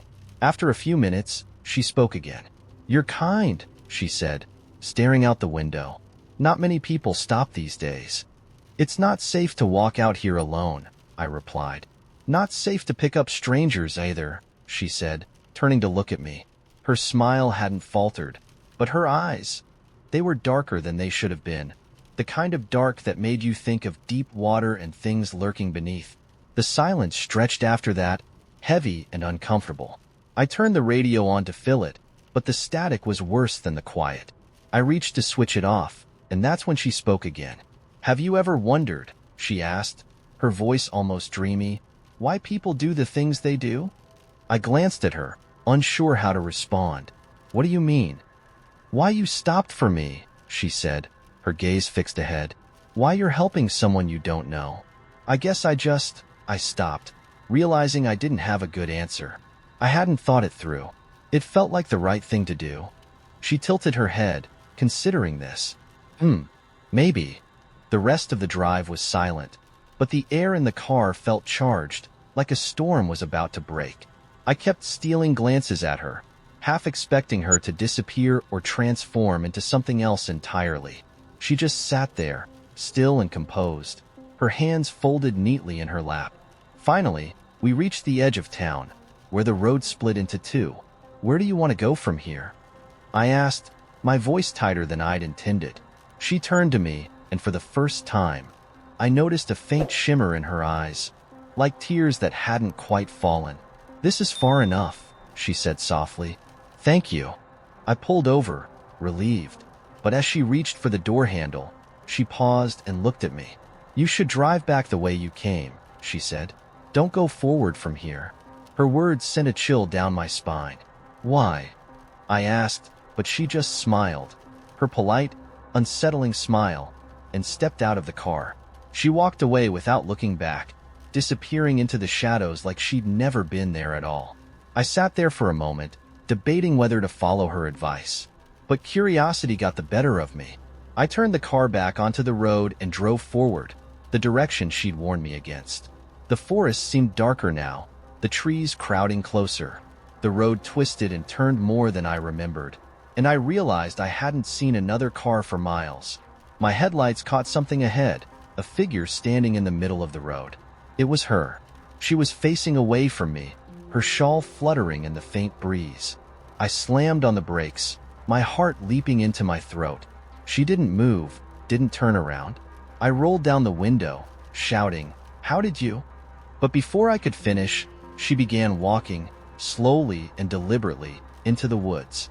Without thinking, I got out of the car, leaving the engine running. "Hey!" I called out, but she didn't stop.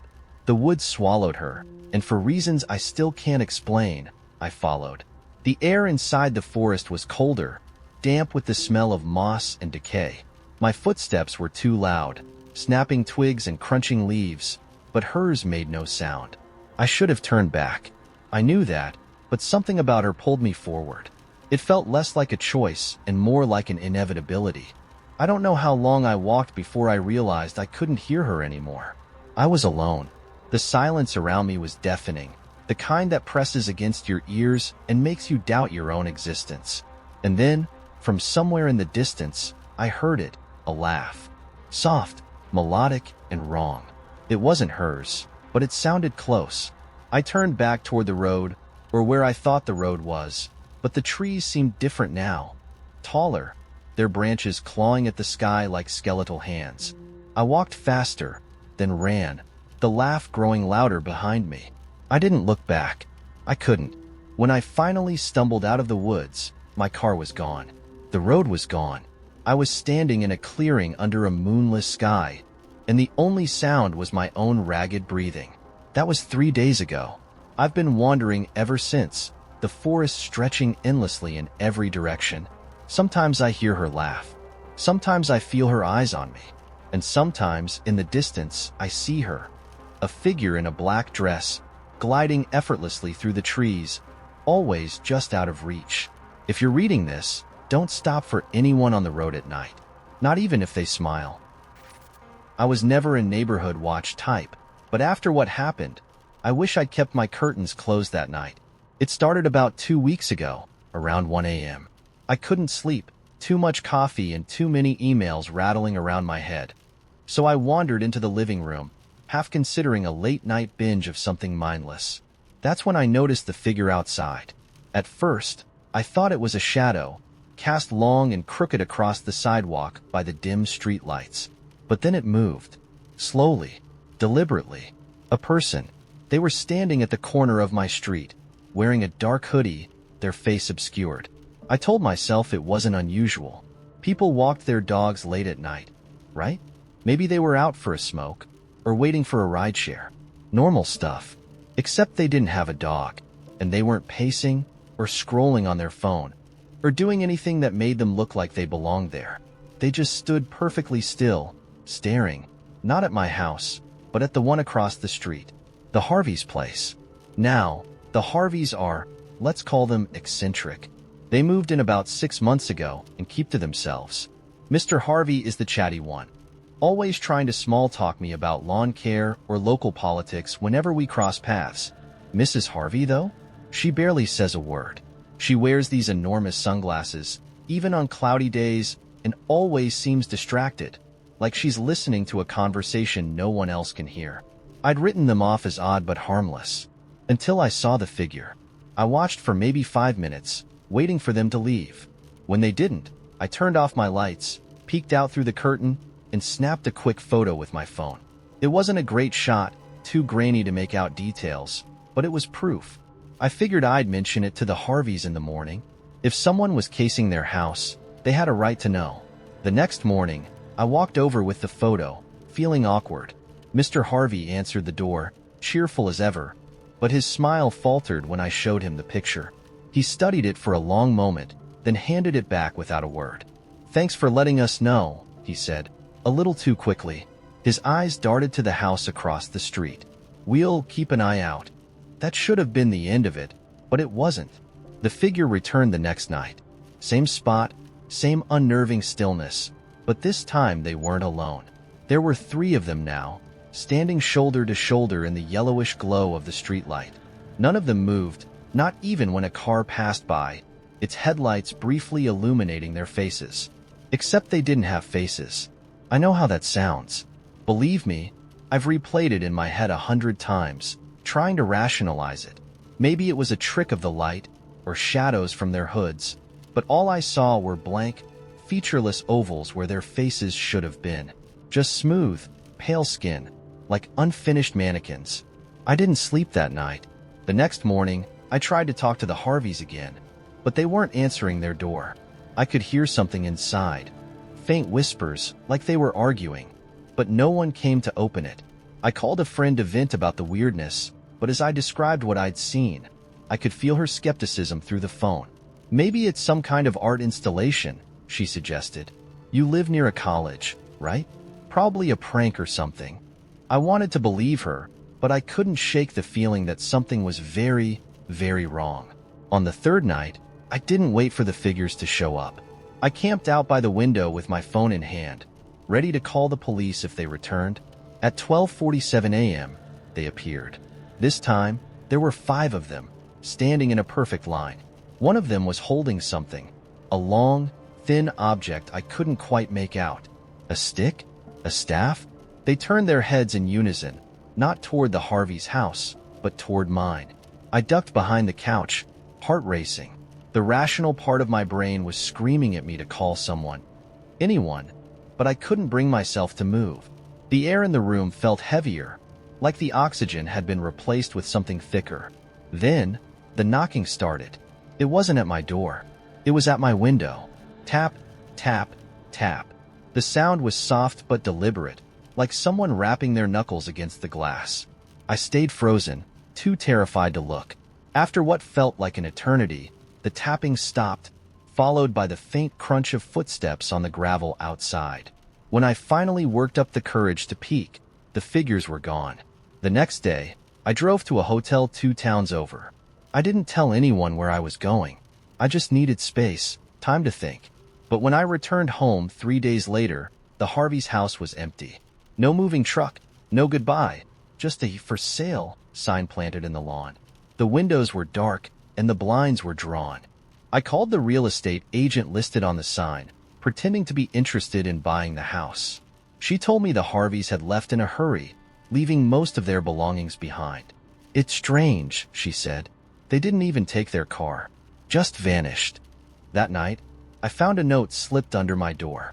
The paper was old, yellowed at the edges, and the handwriting was jagged and uneven, like it had been written in a hurry.